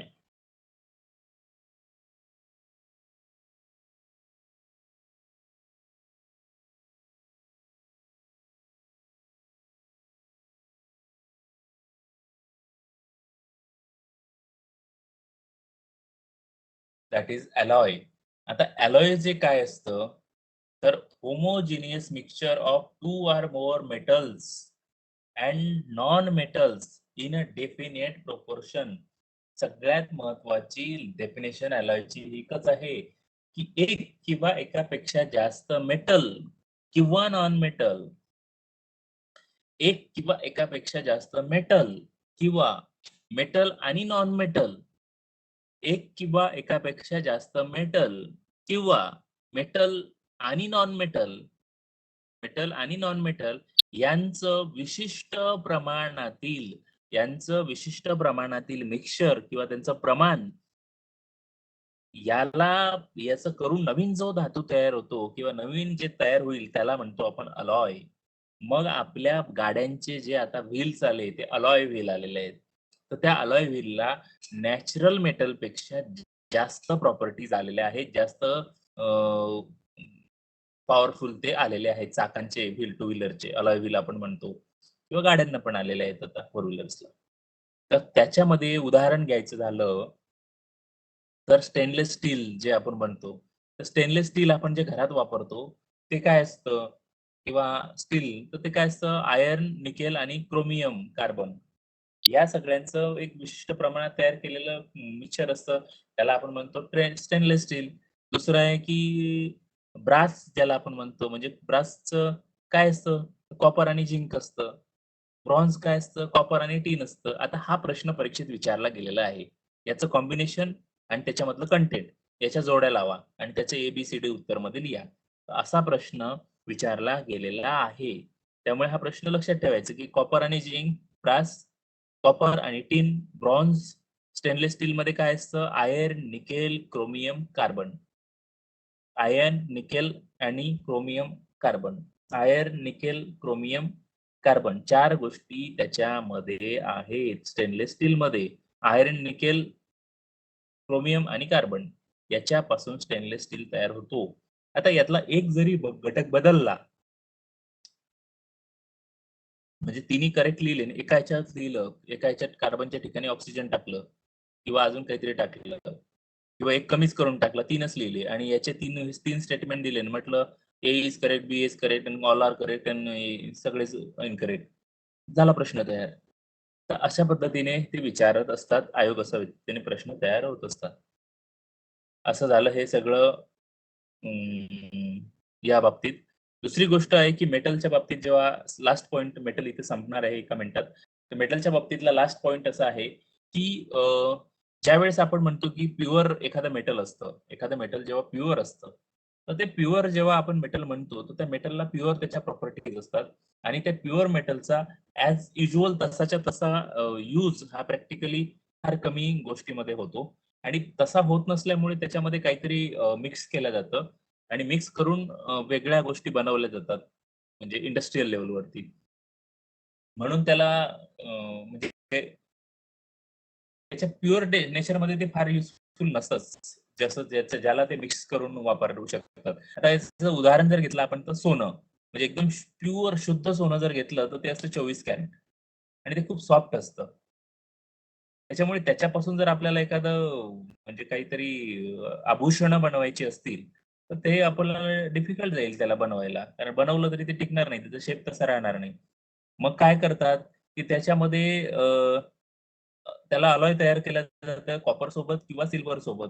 त्याच्यामुळे त्याचा हार्डनेस येईल आणि तो हार्डनेस जो आहे, तो हार्डनेस आपल्याला आभूषणं तयार करण्यासाठी कामात येतो. म्हणजे ही सगळी अलॉयची गंमत आहे.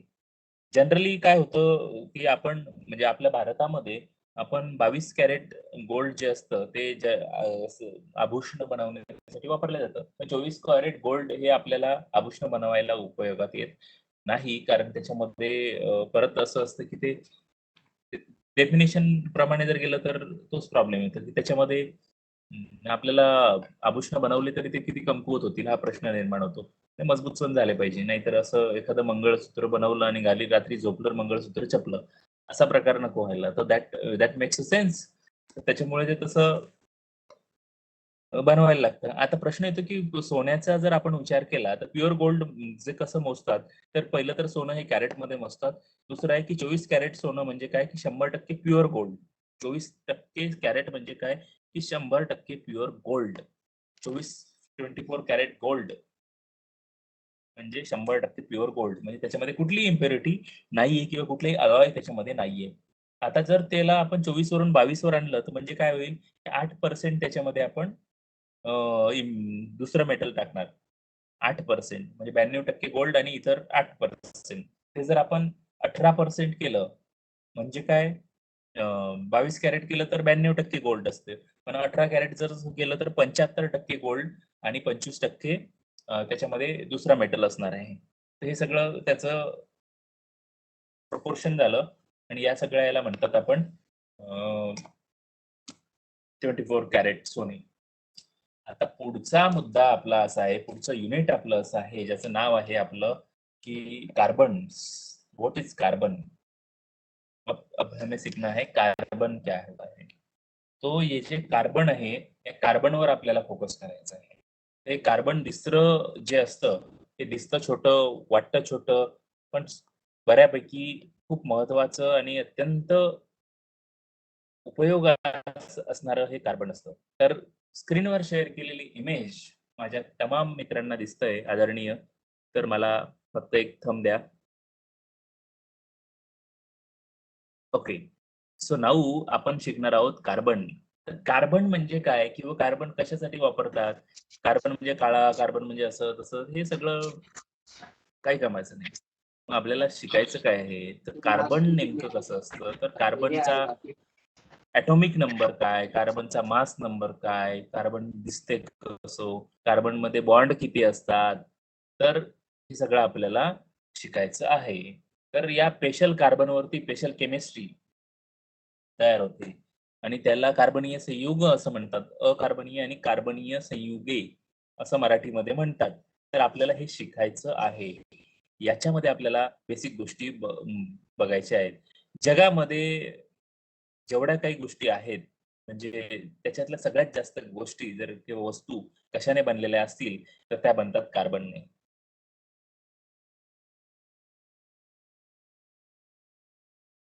आता 19व्या शतकाच्या सुरुवातीला किंवा 2000व्या शतकापर्यंत ज्याला आपण म्हणत होतो, की डायरेक्टली किंवा इनडायरेक्टली ज्या ॲनिमल्स किंवा प्लांट पासून भेटतात, त्याला आपण म्हणत होतो ऑर्गॅनिक कंपाउंड. लक्षात ऑर्गॅनिक कंपाउंड लक्षात घ्या. ऑर्गॅनिक कंपाउंड आणि इनऑर्गॅनिक कंपाउंड डेफिनेशन लक्षात आली, शब्द समजले की प्रश्न समजतो. डेफिनेशन लक्षात आली, शब्द समजले की प्रश्न समजतात. त्याच्यामुळे याच्यावरती जास्त लक्ष द्यायचं, मन लावून ऐकायचं. तर माझं म्हणणं असं आहे, की आपण 20व्या शतकापर्यंत असं म्हणत होतो, की मॅक्सिमम प्लांट पासून किंवा ॲनिमल पासून मिळणाऱ्या गोष्टींना आपण कार्बनी कंपाउंड म्हणत होतो किंवा ऑर्गॅनिक कंपाउंड असं म्हणत होतो.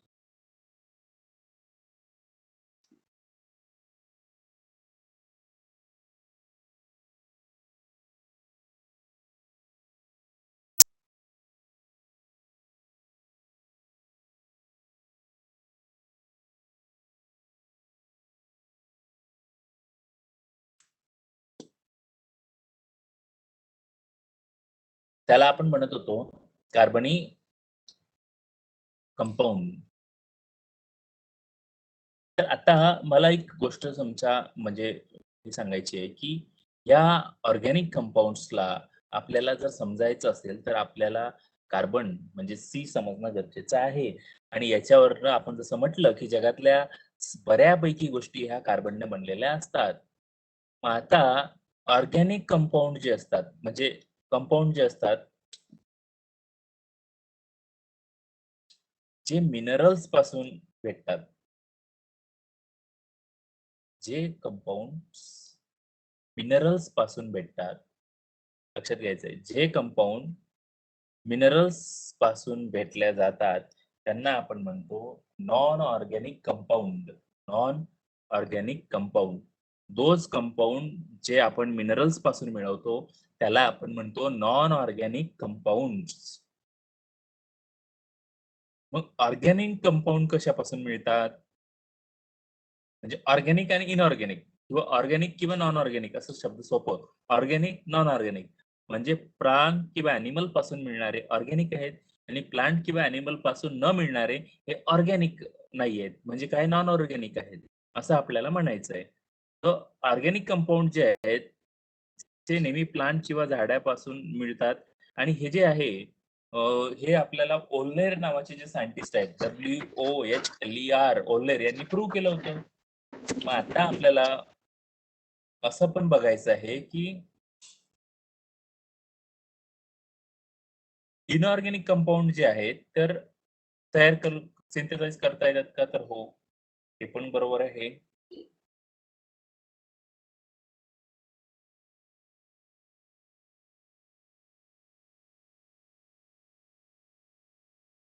मग प्रश्न निर्माण होतो, की जे कंपाउंड प्लांट्स एंड एनिमल पासून असतात, कार्बन कंपाउंड्स, त्याला आपण म्हणतो ऑर्गॅनिक कंपाउंड. आता दुसरा प्रश्न निर्माण होतो किंवा पुढची गोष्ट अशी येते आपल्या समोर, की हायड्रोकार्बन म्हणजे काय? What is hydrocarbon? ज्या कंपाउंडमध्ये हायड्रोजन आणि कार्बन आहे. ज्या कंपाउंडमध्ये हायड्रोजन आणि कार्बन आहे, अशा कंपाऊंडला आपण म्हणतो हायड्रोकार्बन. ज्या कंपाऊंड मध्ये हायड्रोजन आणि कार्बन आहे अशा कंपाऊंडला आपण म्हणतो हायड्रोकार्बन. यालाच आपण म्हणतो दुसऱ्या भाषेत पॅरेंट कंपाऊंड. Parent compound. आता आपण एक गोष्ट लक्षात घ्या, आपण element, minerals, metals, non metals, मेटलाइट्स हे सगळं आपण बघितलं. आता एलिमेंट आणि कंपाऊंड आणि ऍटम याच्या भोवतीची केमिस्ट्री फिरणार आहे या युनिटमध्ये. एलिमेंट, कंपाऊंड आणि ऍटम. आता पहिल्यांदा आपल्याला शब्द आलेला आहे कंपाऊंड. मग आता इथं आपण म्हणतोय की हायड्रोकार्बन्स जो कंपाऊंड आहे याला पॅरेंट कंपाऊंड असं म्हटलं जातं.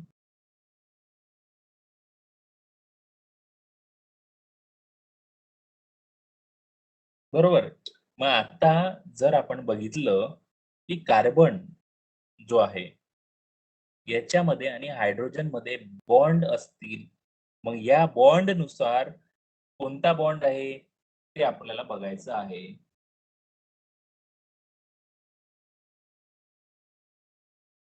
तर बॉन्ड आपल्याला त्याच्यामधला बघायचा आहे.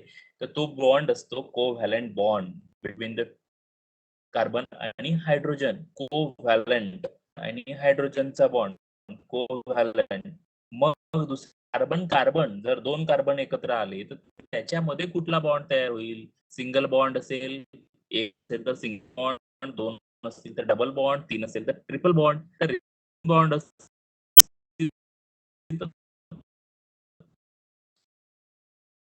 हे सगळं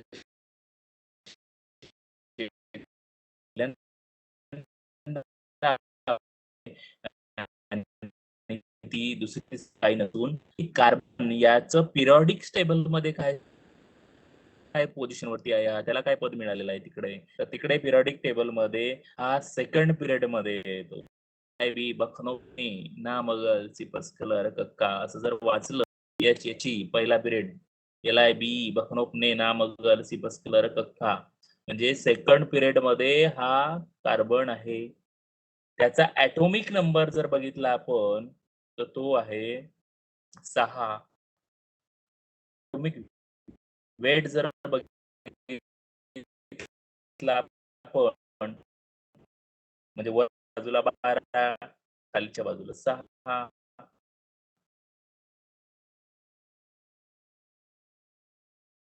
दिसलंय असेल. आता ऑक्टेट म्हणजे काय? तेव्हा आपण बघितलं न्यूक्लियस असतं, त्याच्यामध्ये प्रोटॉन्स असतात, न्यूट्रॉन्स असतात, त्याच्या भोवती एक सर्कल असते, त्याला आपण ऑर्बिट म्हणतो. म्हणजे इलेक्ट्रॉन 2, 8 हे जे स्ट्रक्चर असते कम्प्लीट करण्यासाठी 4 हायड्रोजन लागतात किंवा 4 इलेक्ट्रॉन्स लागतात to complete the octet and त्याला फुलफिल्ड बाय कोव्हॅलंट बॉन्ड. ते कशाने तयार होतात? तर कोव्हॅलंट बॉन्डने तयार होतात. मग हे सगळं जे आता हे पुढच्या डायग्राम मध्ये आपण बघणार आहोत, या ठिकाणी तुमच्या लक्षात येईल. तर या डायग्राम मध्ये कोणाला काय अडचण आहे का? जर असेल तर क्वेश्चन मार्क, नसेल तर थंब.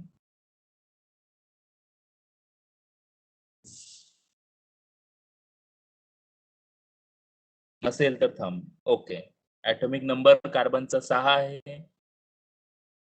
ऍटॉमिक वेट कार्बनचं 12.011 ग्रॅम आहे. बाकीच्या गोष्टी ऍडिशनल दिलेल्या आहेत. कार्बनचा सिम्बॉल सी आहे. मेल्टिंग पॉइंट 4100 डिग्री सेल्सिअस आहे.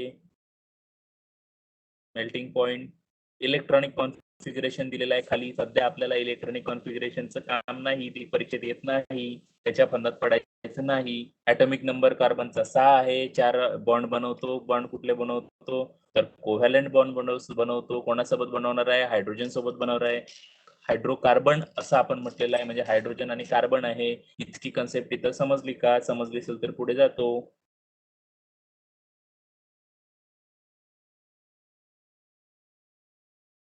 येस. पुढची कन्सेप्ट अशी आहे. पुढे गेलो आपण. पुढे गेल्यानंतर पुढचा मॉलिक्यूल येतो आपला हा, म्हणजेच आता याच्यामध्ये मला तुम्ही फक्त एक बेसिक उत्तर द्यायचं आहे की याच्यामध्ये किती कार्बन आहेत आणि किती हायड्रोजन आहेत.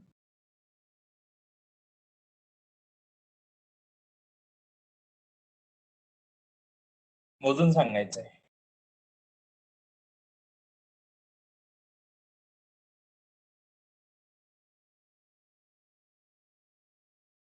माझ्या प्रिय मित्रांनो, याच्यामध्ये किती हायड्रोजन आहेत आणि किती कार्बन आहेत मोजून सांगायचं आहे. चित्रात दिसतं तेच आहे. H म्हणजे हायड्रोजन, C म्हणजे कार्बन.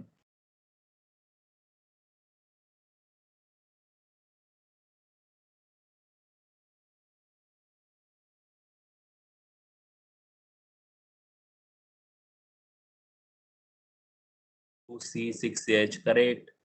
मग आता आपण काय म्हटलं होतं, की आता आपण शिकताना असं म्हटलं होतं, की याच्यामध्ये जेव्हा एक कार्बन ॲटम येतो, तेव्हा त्या कार्बनचा ॲटॉमिक नंबर 6 आहे आणि त्याचं वेट जे आहे ते 12 आहे. म्हणजे C खालच्या बाजूला 12 वरच्या बाजूला असं आपण लिहितो. C म्हणजे कार्बन. मग आता दुसरं म्हटलं कार्बनला 4 इलेक्ट्रॉन पाहिजे टू कंप्लीट द ऑक्टेट. मग त्याचं ऑक्टेट कंप्लीट करण्यासाठी 4 इलेक्ट्रॉन जर मिळाले, म्हणजे काय की त्याची व्हॅलेन्सी 4 आहे. समजा आता इमॅजिन करा, मी एक डायग्राम वरती लिहितोय. ते दिसते का बघा फक्त. एक कट मारला मी. दिसला का तो? एक कट मारला दिसला का?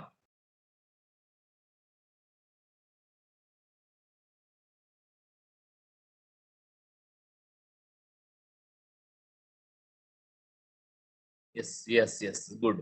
तर आता जर आपण बघितलं ती जी रेड लाईन मारली मी त्याच्या पुढे काय तो सी आहे तो तिकडचा सी कापूनच टाकला.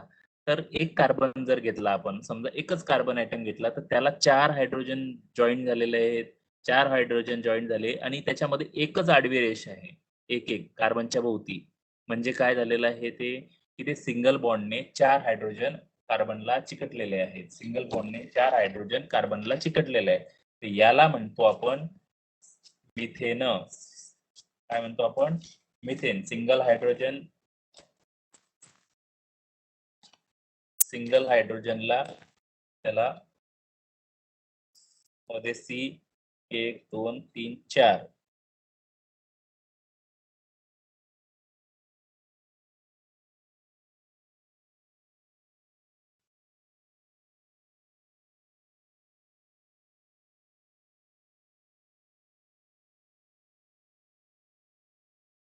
तर मी एक डायग्राम शेअर करतो म्हणजे तुम्हाला ते आणखी सोपं जाईल. म्हणजे काय झालं, की कार्बनची व्हॅलेन्सी जी आहे, ती व्हॅलेन्सी दुसरं-तिसरं काही नसून ती 4 असते आणि 4 जर कार्बनची व्हॅलेन्सी असेल, तर त्या 4 कार्बनच्या व्हॅलेन्सीसाठी काय करावं लागतं, तर आपल्याला त्याला 4 हायड्रोजन अटॅच करावे लागतात. मग 4 हायड्रोजन जर अटॅच झाले त्याला, तरच ते 4 4 हायड्रोजन जर अटॅच झाले त्याला, तरच तो जो मॉलिक्यूल आहे, तो आपला सिंगल बॉन्डने आहे असं आपण त्याला म्हणू शकतो. आता ही इमेज तुम्हाला दिसते का? Fears thumb. ओके. तर याच्यामध्ये जर आपण बघितलं तर कार्बन जो आहे तो मध्ये कार्बनचा सी आहे. त्याच्या भोवती आपण 4 हायड्रोजन जोडलेले आहेत आणि मध्ये जी रेष आहे त्याला आपण म्हणतो सिंगल बॉन्ड. मध्ये जी रेष आहे त्याला आपण म्हणतो सिंगल बॉन्ड.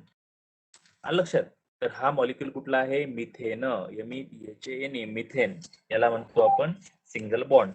आता आणखी या डायग्राम मध्ये थोडंसं मॉडिफिकेशन केलं, की मी तुम्हाला पुढचं डायग्राम शेअर करतो. याला म्हणतो आपण सिंगल बॉन्ड.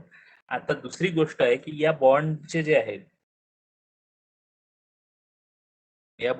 आहेत त्याच्या भोवती मी कार्बनचा जर इलेक्ट्रॉन असेल, तर तो क्रॉसने दाखवायचा असतो आणि जर तोच इलेक्ट्रॉन जर याचा असेल हायड्रोजनचा, तर गोलने दाखवलेला असतो. बरोबर? तर ते आता आपण बघणार आहोत पुढच्या इमेजमध्ये. तर ते तुम्हाला एवढी गोष्ट समजली, की फार विषय सोपा झालेला आहे असं म्हणायला हरकत नाही. बरं, पुढची गोष्ट. सोपी गोष्टमध्ये आपण आता बघणार आहोत पुढची गोष्ट. पुढच्या गोष्टीमध्ये आता आपण शेअर केलेली आहे नेक्स्ट इमेज. नेक्स्ट इमेजमध्ये आपण बघणार आहोत, की 2 याच्यामध्ये पहिल्या इमेजमध्ये 2 याच्यामध्ये सेम डायग्राम आहे. 2 याच्यामध्ये चेंज एवढाच झालेला आहे, की आधी हा जो कार्बन आहे, या कार्बनच्या जवळ एक्झॅक्ट कार्बनच्या जवळ 4 क्रॉस चिन्ह आहेत. दिसले 4 क्रॉस चिन्ह? दॅट क्रॉस चिन्ह म्हणजे काय? तर इलेक्ट्रॉन ऑफ कार्बन. कार्बनचा इलेक्ट्रॉन, आणि जर गोल जो डॉट दिलेला आहे तो तिसरा काही नसून इलेक्ट्रॉन ऑफ हायड्रोजन. आता हे इलेक्ट्रॉनिक स्ट्रक्चर त्याचं अशा पद्धतीने दिसणार. आलं लक्षात? इलेक्ट्रॉनिक स्ट्रक्चर त्याचं अशा पद्धतीने दिसणार. हे झालं आपलं कार्बनचं स्ट्रक्चर. CH4 म्हणजे काय की हायड्रोकार्बन कसे तयार होतात. आता आपल्याला बघायचं आहे की हे झालं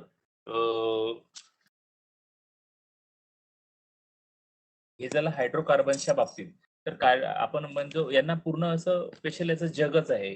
ते काही सोपं हे नाहीये, म्हणजे नुसतं काय हायड्रोकार्बन्स. तर ते काही छोटी कन्सेप्ट नाहीये हायड्रोकार्बनची. तर भरपूर सगळ्या गोष्टी त्याच्यामध्ये इन्व्हॉल्व येतात आणि आपल्याला शिकायचे आहेत. आणि त्याच्यामधले काही महत्वाचे फॅक्ट आपल्याला लक्षात ठेवायचे आहेत, ज्याच्यावरती एक्झाम येणार आहे. एक्झाम मध्ये प्रश्न विचारले जाणार आहेत. तर ते पण आपण बघणार आहोत. पण हे बेसिक शिकणं अत्यंत गरजेचं असते. म्हणून आपण हे शिकलेलं आहे. तर आता पहिलं हे जे आहे, हे डायग्राम तुमच्या लक्षात जर आली असेल, तर याच्यावरनं मी पुढचे 3 गोष्टी सांगणार आहेत, त्या लक्षात ठेवायच्या. त्या अशा, की हायड्रोकार्बन्स जे असतात, ते एकूण 3 प्रकारचे असतात. हायड्रोकार्बन जे असतात ते एकूण 3 प्रकारचे असतात. हायड्रोकार्बन्स जे असतात ते एकूण 3 प्रकारचे असतात आणि ते 3 प्रकार कोणते ते आता आपण बघणार आहोत आणि त्याचा प्रकार बघितला की आपण ते समजून पण घेणार आहोत. तर जो चेंज त्या हायड्रोकार्बन मध्ये असतो तो पण मी तुम्हाला लिहून दाखवणार आहे. पहिला असतो अल्केन, दुसरा असतो अल्कीन,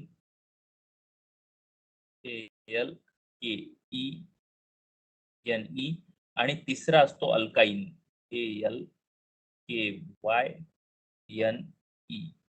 अल्केन, अल्कीन आणि अल्काईन हे 3 प्रकारचे हायड्रोकार्बन्स जे असतात, तर ते चेंजेस जे आहेत ते कसे असतात ते आपण आता बघणार आहोत. हे 3 प्रकारचे हायड्रोकार्बन्स आपल्याला लक्षात ठेवायचे आहेत. अल्केन आहे का, अल्कीन आहे का, अल्काईन आहे. तर ते आपल्याला पुढे बघायचं. एक डायग्राम शेअर करतो, म्हणजे कंटेंट आता लिहिता येत नाही म्हणून आपल्याला हा पर्याय वापरायला लागतो. जस्ट फोकस करा त्याच्यावरती. खूप सोपं आहे. लक्षात आलं एकदा की आलं. तर ALKANE म्हणजे एकतर अल्केन असतो. 3 प्रकारचे हायड्रोकार्बन्स असतात. 3 प्रकारचे हायड्रोकार्बन्स असतात. मग ते हायड्रोकार्बन्स असतात कसे? तर पहिला एक तर अल्केन असतो. या बॉन्डिंगच्या पद्धतीने आपण ठरवतो हा. या बॉन्डिंग नुसार आपण ठरवतो की हायड्रोकार्बन कुठला आहे. या बॉन्डिंगच्या स्ट्रक्चर नुसार ठरवतो आपण हायड्रोकार्बन कुठला आहे.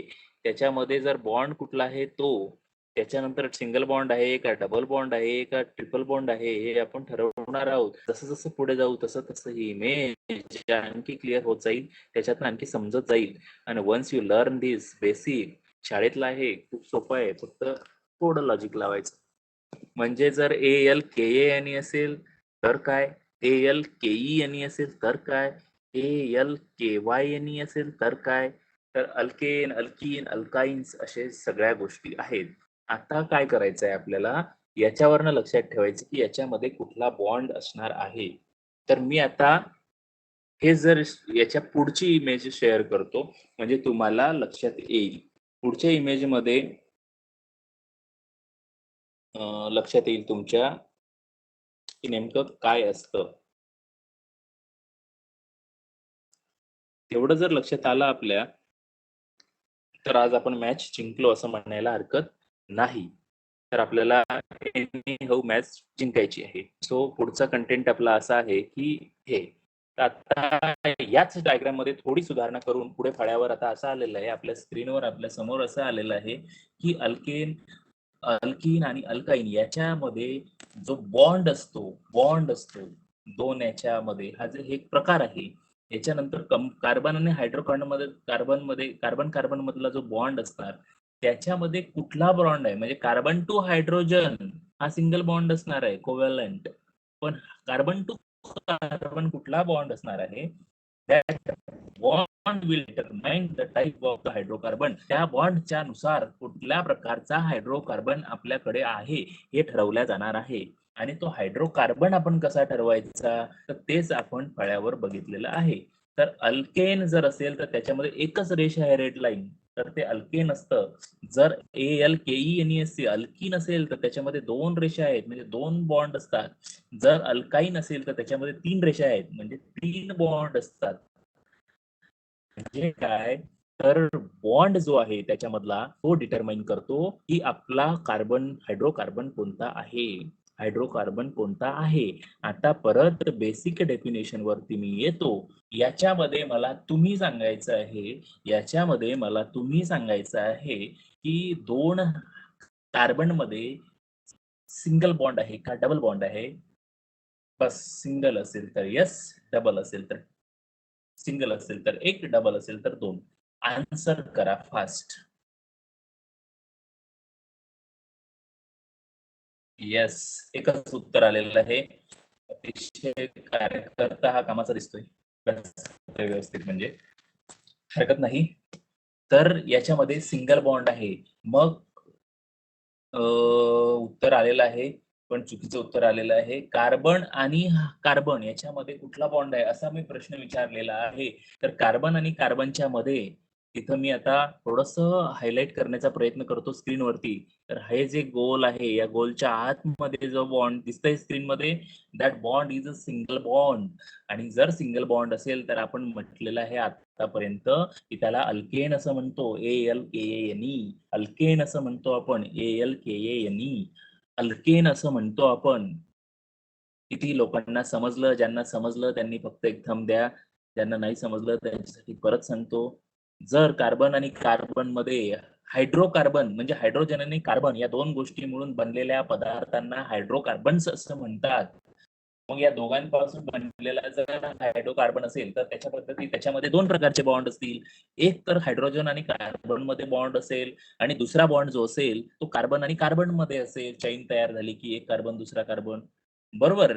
मग हायड्रोजन आणि कार्बन मध्ये बॉन्ड हा एकच तयार होतो कारण हायड्रोजनची व्हॅलन्सी 1 आहे, कार्बनची व्हॅलन्सी 4 आहे. म्हणजे एका सिंगल कार्बनला 4 हायड्रोजन अटॅच होऊ शकतात. पण 2 कार्बन एकत्र आले समजा तर प्रत्येकाची व्हॅलन्सी जर 1 आहे हायड्रोजनची, तर मग एका बाजूला हायड्रोजन चिटकला तर चिकटणार नाही. म्हणजे काय, इथं एक बॉन्डच तयार होऊ शकतो. मग जेव्हा 2 कार्बन मध्ये एकच बॉन्ड तयार होतो त्याला आपण म्हणतो अल्केन. जेव्हा 2 कार्बन मध्ये एकच बॉन्ड तयार होतो त्याला आपण म्हणतो अल्केन.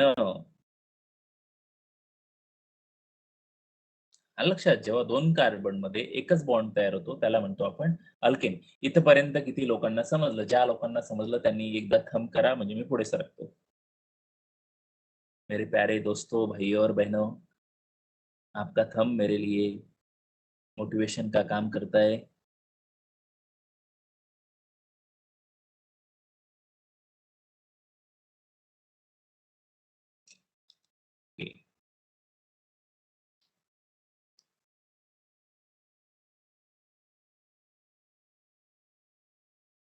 तर या ठिकाणी आलो आपण इथपर्यंत.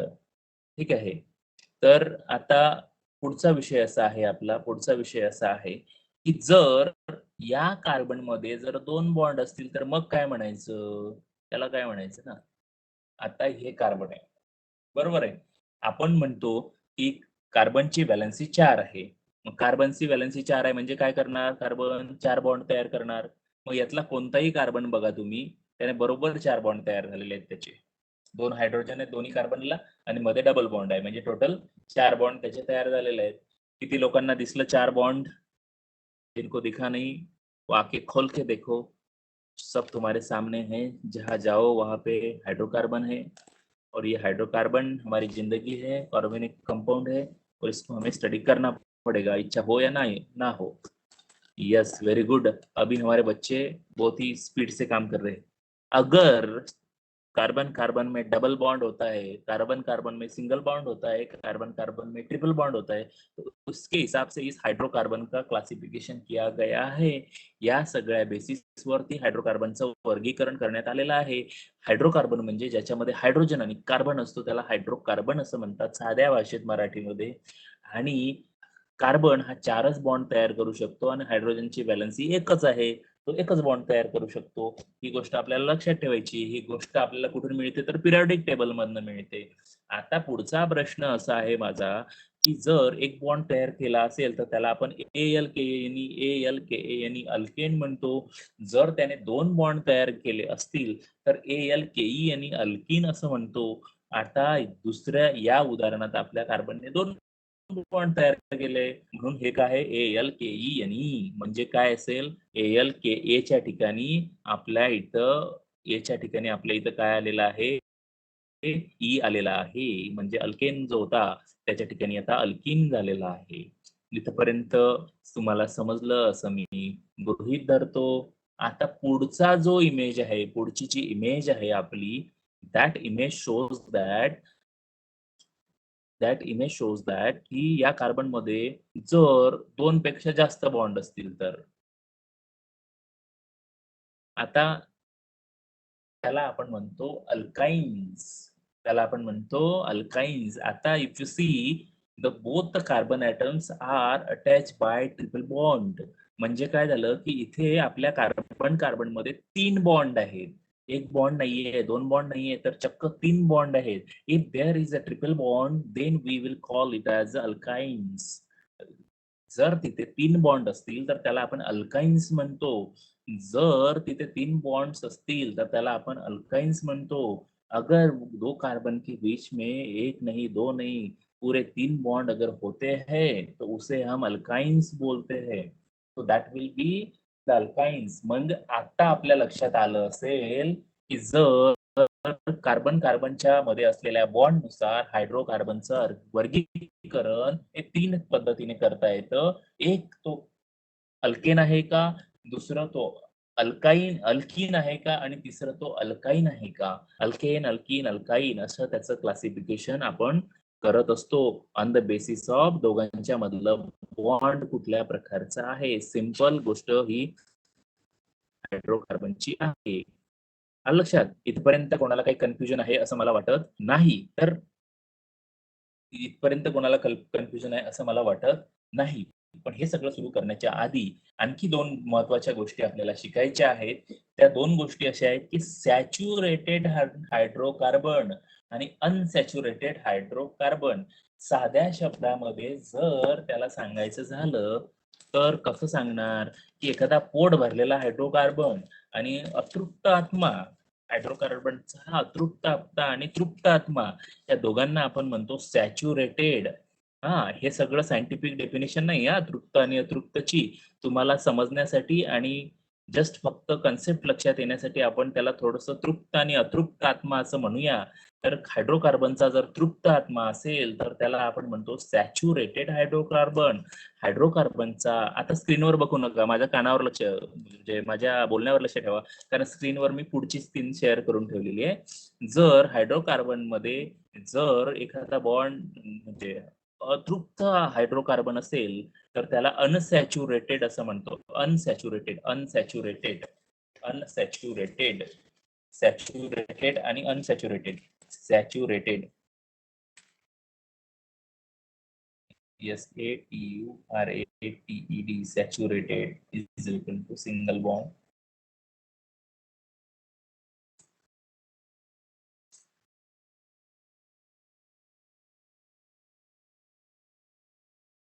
पुढचं जे आहे ते 2च मिनिटात तुमच्या समोर लिहून ते करतोय. जर हायड्रोकार्बन्स सॅच्युरेटेड जर असतील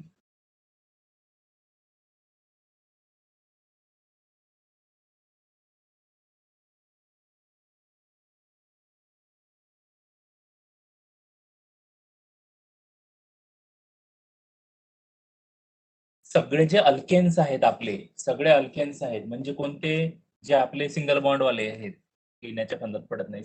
सगळे जे आपले अल्केन्स आहेत which comes under the single bond and that will be all the hydrocarbons are single bond hydrocarbons and which are 10 hydrocarbons किंवा 10 अल्केन्स आहेत. त्याच्यामध्ये methane, ethane, propane, butane, pentane, hexane, heptane, octane, nonane, decane असे एकापासून चालू होतात 10 पर्यंत.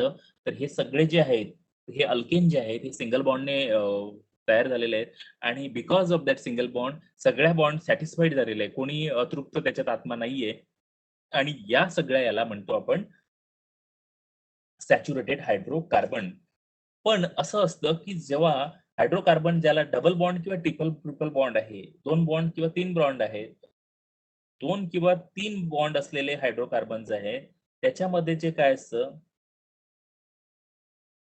त्याला आपण म्हणतो की अनसॅच्युरेटेड हायड्रोकार्बन्स, अतृप्त आत्मा आपण त्याला आपल्या भाषेमध्ये किंवा समजण्याच्या दृष्टीने आपण त्याला म्हणूया की अनसॅच्युरेटेड हायड्रोकार्बन्स, अतृप्त हायड्रोकार्बन्स, अनसॅच्युरेटेड हायड्रोकार्बन्स. ह्या 2 डेफिनेशन अत्यंत महत्त्वाच्या होत्या. One definition was that the saturated hydrocarbon and second was the unsaturated hydrocarbon. आता सॅच्युरेटेड मध्ये किती घटक आहेत, कोण कोण येतं? We do not have to do anything with this concept. आपल्याला परीक्षेमध्ये येणार नाही. We must know that saturated म्हणजे काय, अनसॅच्युरेटेड म्हणजे काय, अल्केन म्हणजे काय, अल्काइन्स म्हणजे काय आणि अल्किन म्हणजे काय, सिंगल बॉन्ड म्हणजे काय, डबल बॉन्ड म्हणजे, ट्रिपल बॉन्ड म्हणजे काय, सॅच्युरेटेड हायड्रोकार्बन म्हणजे काय आणि अनसॅच्युरेटेड हायड्रोकार्बन म्हणजे काय. इथपर्यंत आपण शिकलेलो आहोत. पुढचा जो कन्सेप्ट आहे हा आपण उद्याच्या लेक्चरमध्ये कव्हर करणार आहोत. पण त्याच्या आधी सम बेसिक डेफिनेशन्स ज्या असतात त्या आपण शिकल्याच पाहिजे, कारण त्याच्याशिवाय पुढचा टॉपिक उद्याचा कव्हर होणार नाही. आणि आज जर शिकलं तर ते उद्यापर्यंत पचून जाईल आणि एकदा जर पचलं की मग आपल्याला शिकवायला ते सोपं जातं. तर पुढे जे आपण बघणार आहोत, उद्या आपण काय शिकणार आहोत, तर पहिल्याच गोष्ट लक्षात घ्यायची आहे आपल्याला की ऍसिड म्हणजे काय, बेस म्हणजे काय, सॉल्ट म्हणजे काय, आणि याचे 2 ते 3 प्रश्न उद्या आपण डिस्कस करणार आहोत.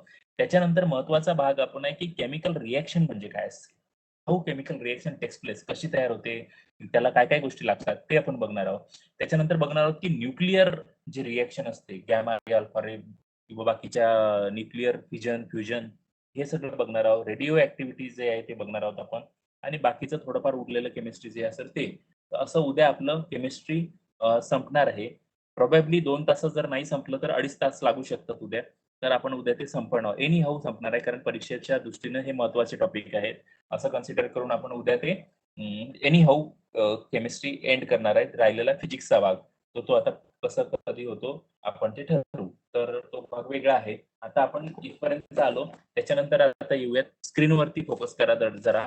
तर ऍसिड, बेस आणि सॉल्ट्स, ऍसिड, बेस आणि सॉल्ट्स, तर याचं सिंपल उदाहरण जर घ्यायचं झालं तर काय असतं नेमकं ऍसिड, काय असतं बेस. आता जर आपण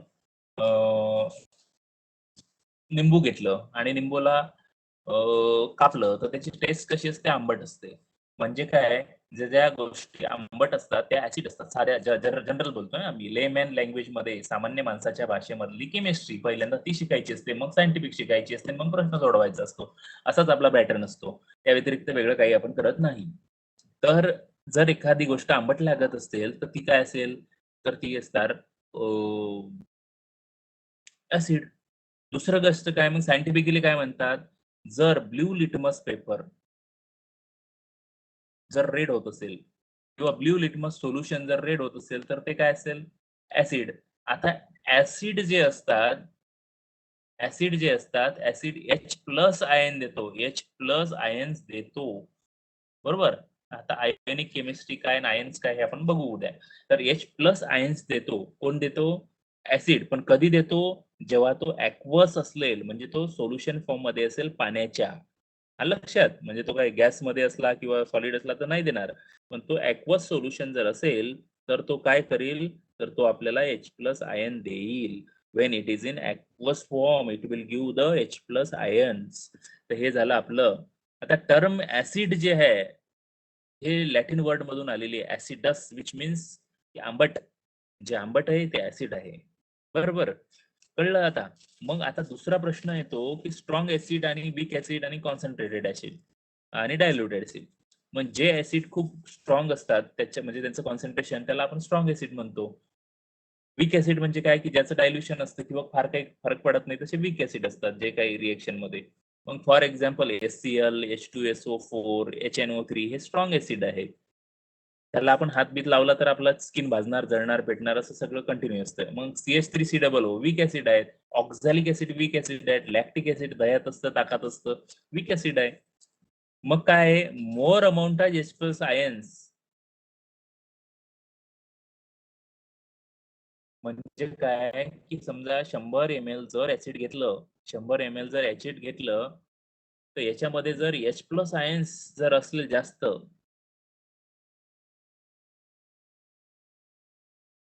बरोबर, त्याच्यामध्ये ऍसिडचं प्रमाण जर जास्त असलं आणि पाण्याचं प्रमाण कमी असलं, तर that is a concentrated acid. पण हे जर उलटं असलं, पाणी जास्त आहे आणि लेस अमाउंट ऑफ ऍसिड आहे, तर हे काय असेल की कमी त्याच्यामध्ये पाणी पाणी आहे. पाणी कमी जास्त आहे आणि ऍसिड कमी आहे. म्हणजे काय? तर हे म्हणजे 1 ग्लास पाण्यामध्ये जर 1 लिंबू कापून टाकलं, तर दॅट इज कॉन्सन्ट्रेटेड ऍसिड. समजण्यासाठी that is will be the concentrated किंवा पण 10 ग्लास पाण्यामध्ये एकच लिंबू टाकलं, दॅट इज डायल्युटेड ऍसिड. बरोबर? मग दुसरा असतो बेस म्हणजे काय? हे झालं ऍसिड जनरल डेफिनिशन. आता ते बेसमध्ये असे सबस्टन्सेस बिटर इन टेस्ट असतात किंवा सोपी इन टच असतात. त्याला आपण म्हणतो बेस. म्हणजे थोडेसे कडवट असतात आणि सोपी म्हणजे साबणासारखे चोपडे असतात. अशा याला म्हणतो आपण बेसेस. बरोबर? मग याच्यामध्ये काय असतं त्रुटी वगैरे तसे पदार्थ. म्हणजे हे झालं. पण आता सायंटिफिकली जर आपल्याला हे टेस्ट करायचं आहे, की जर रेड लिटमस सोल्युशन असेल किंवा रेड लिटमस पेपर असेल, तो जर ब्लू झाला म्हणजे ॲसिडच्या उलट कार्यक्रम होतो. तो जर ब्लू झाला याचा अर्थ काय आहे, की तिथे ते सोल्युशन जे आहे किंवा ते जो पदार्थ आहे तो बेसिक नेचरचा आहे. मग स्ट्रॉंग बेस म्हणजे काय? की NaOH, KOH हे स्ट्रॉंग बेस आहेत उदाहरणं. वीक बेसचे उदाहरणं काय? NH4OH. आता पाण्यामध्ये जर याचं सोल्युशन झालं अल्कलीचं, हे जे सगळे काय आहेत, की हे बेसेस आहेत. सोल्युबल असतात ते वॉटरमध्ये. अल्कलीज म्हणजे काय, की these are the bases which are soluble in water. पाण्यामध्ये सोल्युबल असलेल्या बेसेसला आपण अल्कलीज म्हणतो. आता दुसरा विषय असा आहे, की what is salt? Salt is the result of the compound form. असा कंपाउंड जो रिएक्शन झाल्यानंतर तयार होतो, तो असतो सॉल्ट्स. आणि दुसरा एक डेफिनेशन येईल आपली ऑक्साइड्स म्हणजे काय? तर ते आपण उद्याच्या सेशनमध्ये बघू. तर आता आपण बघितल्या 3 definition. First is the acid, second is the base आणि third is the salts. Acid, base, salts.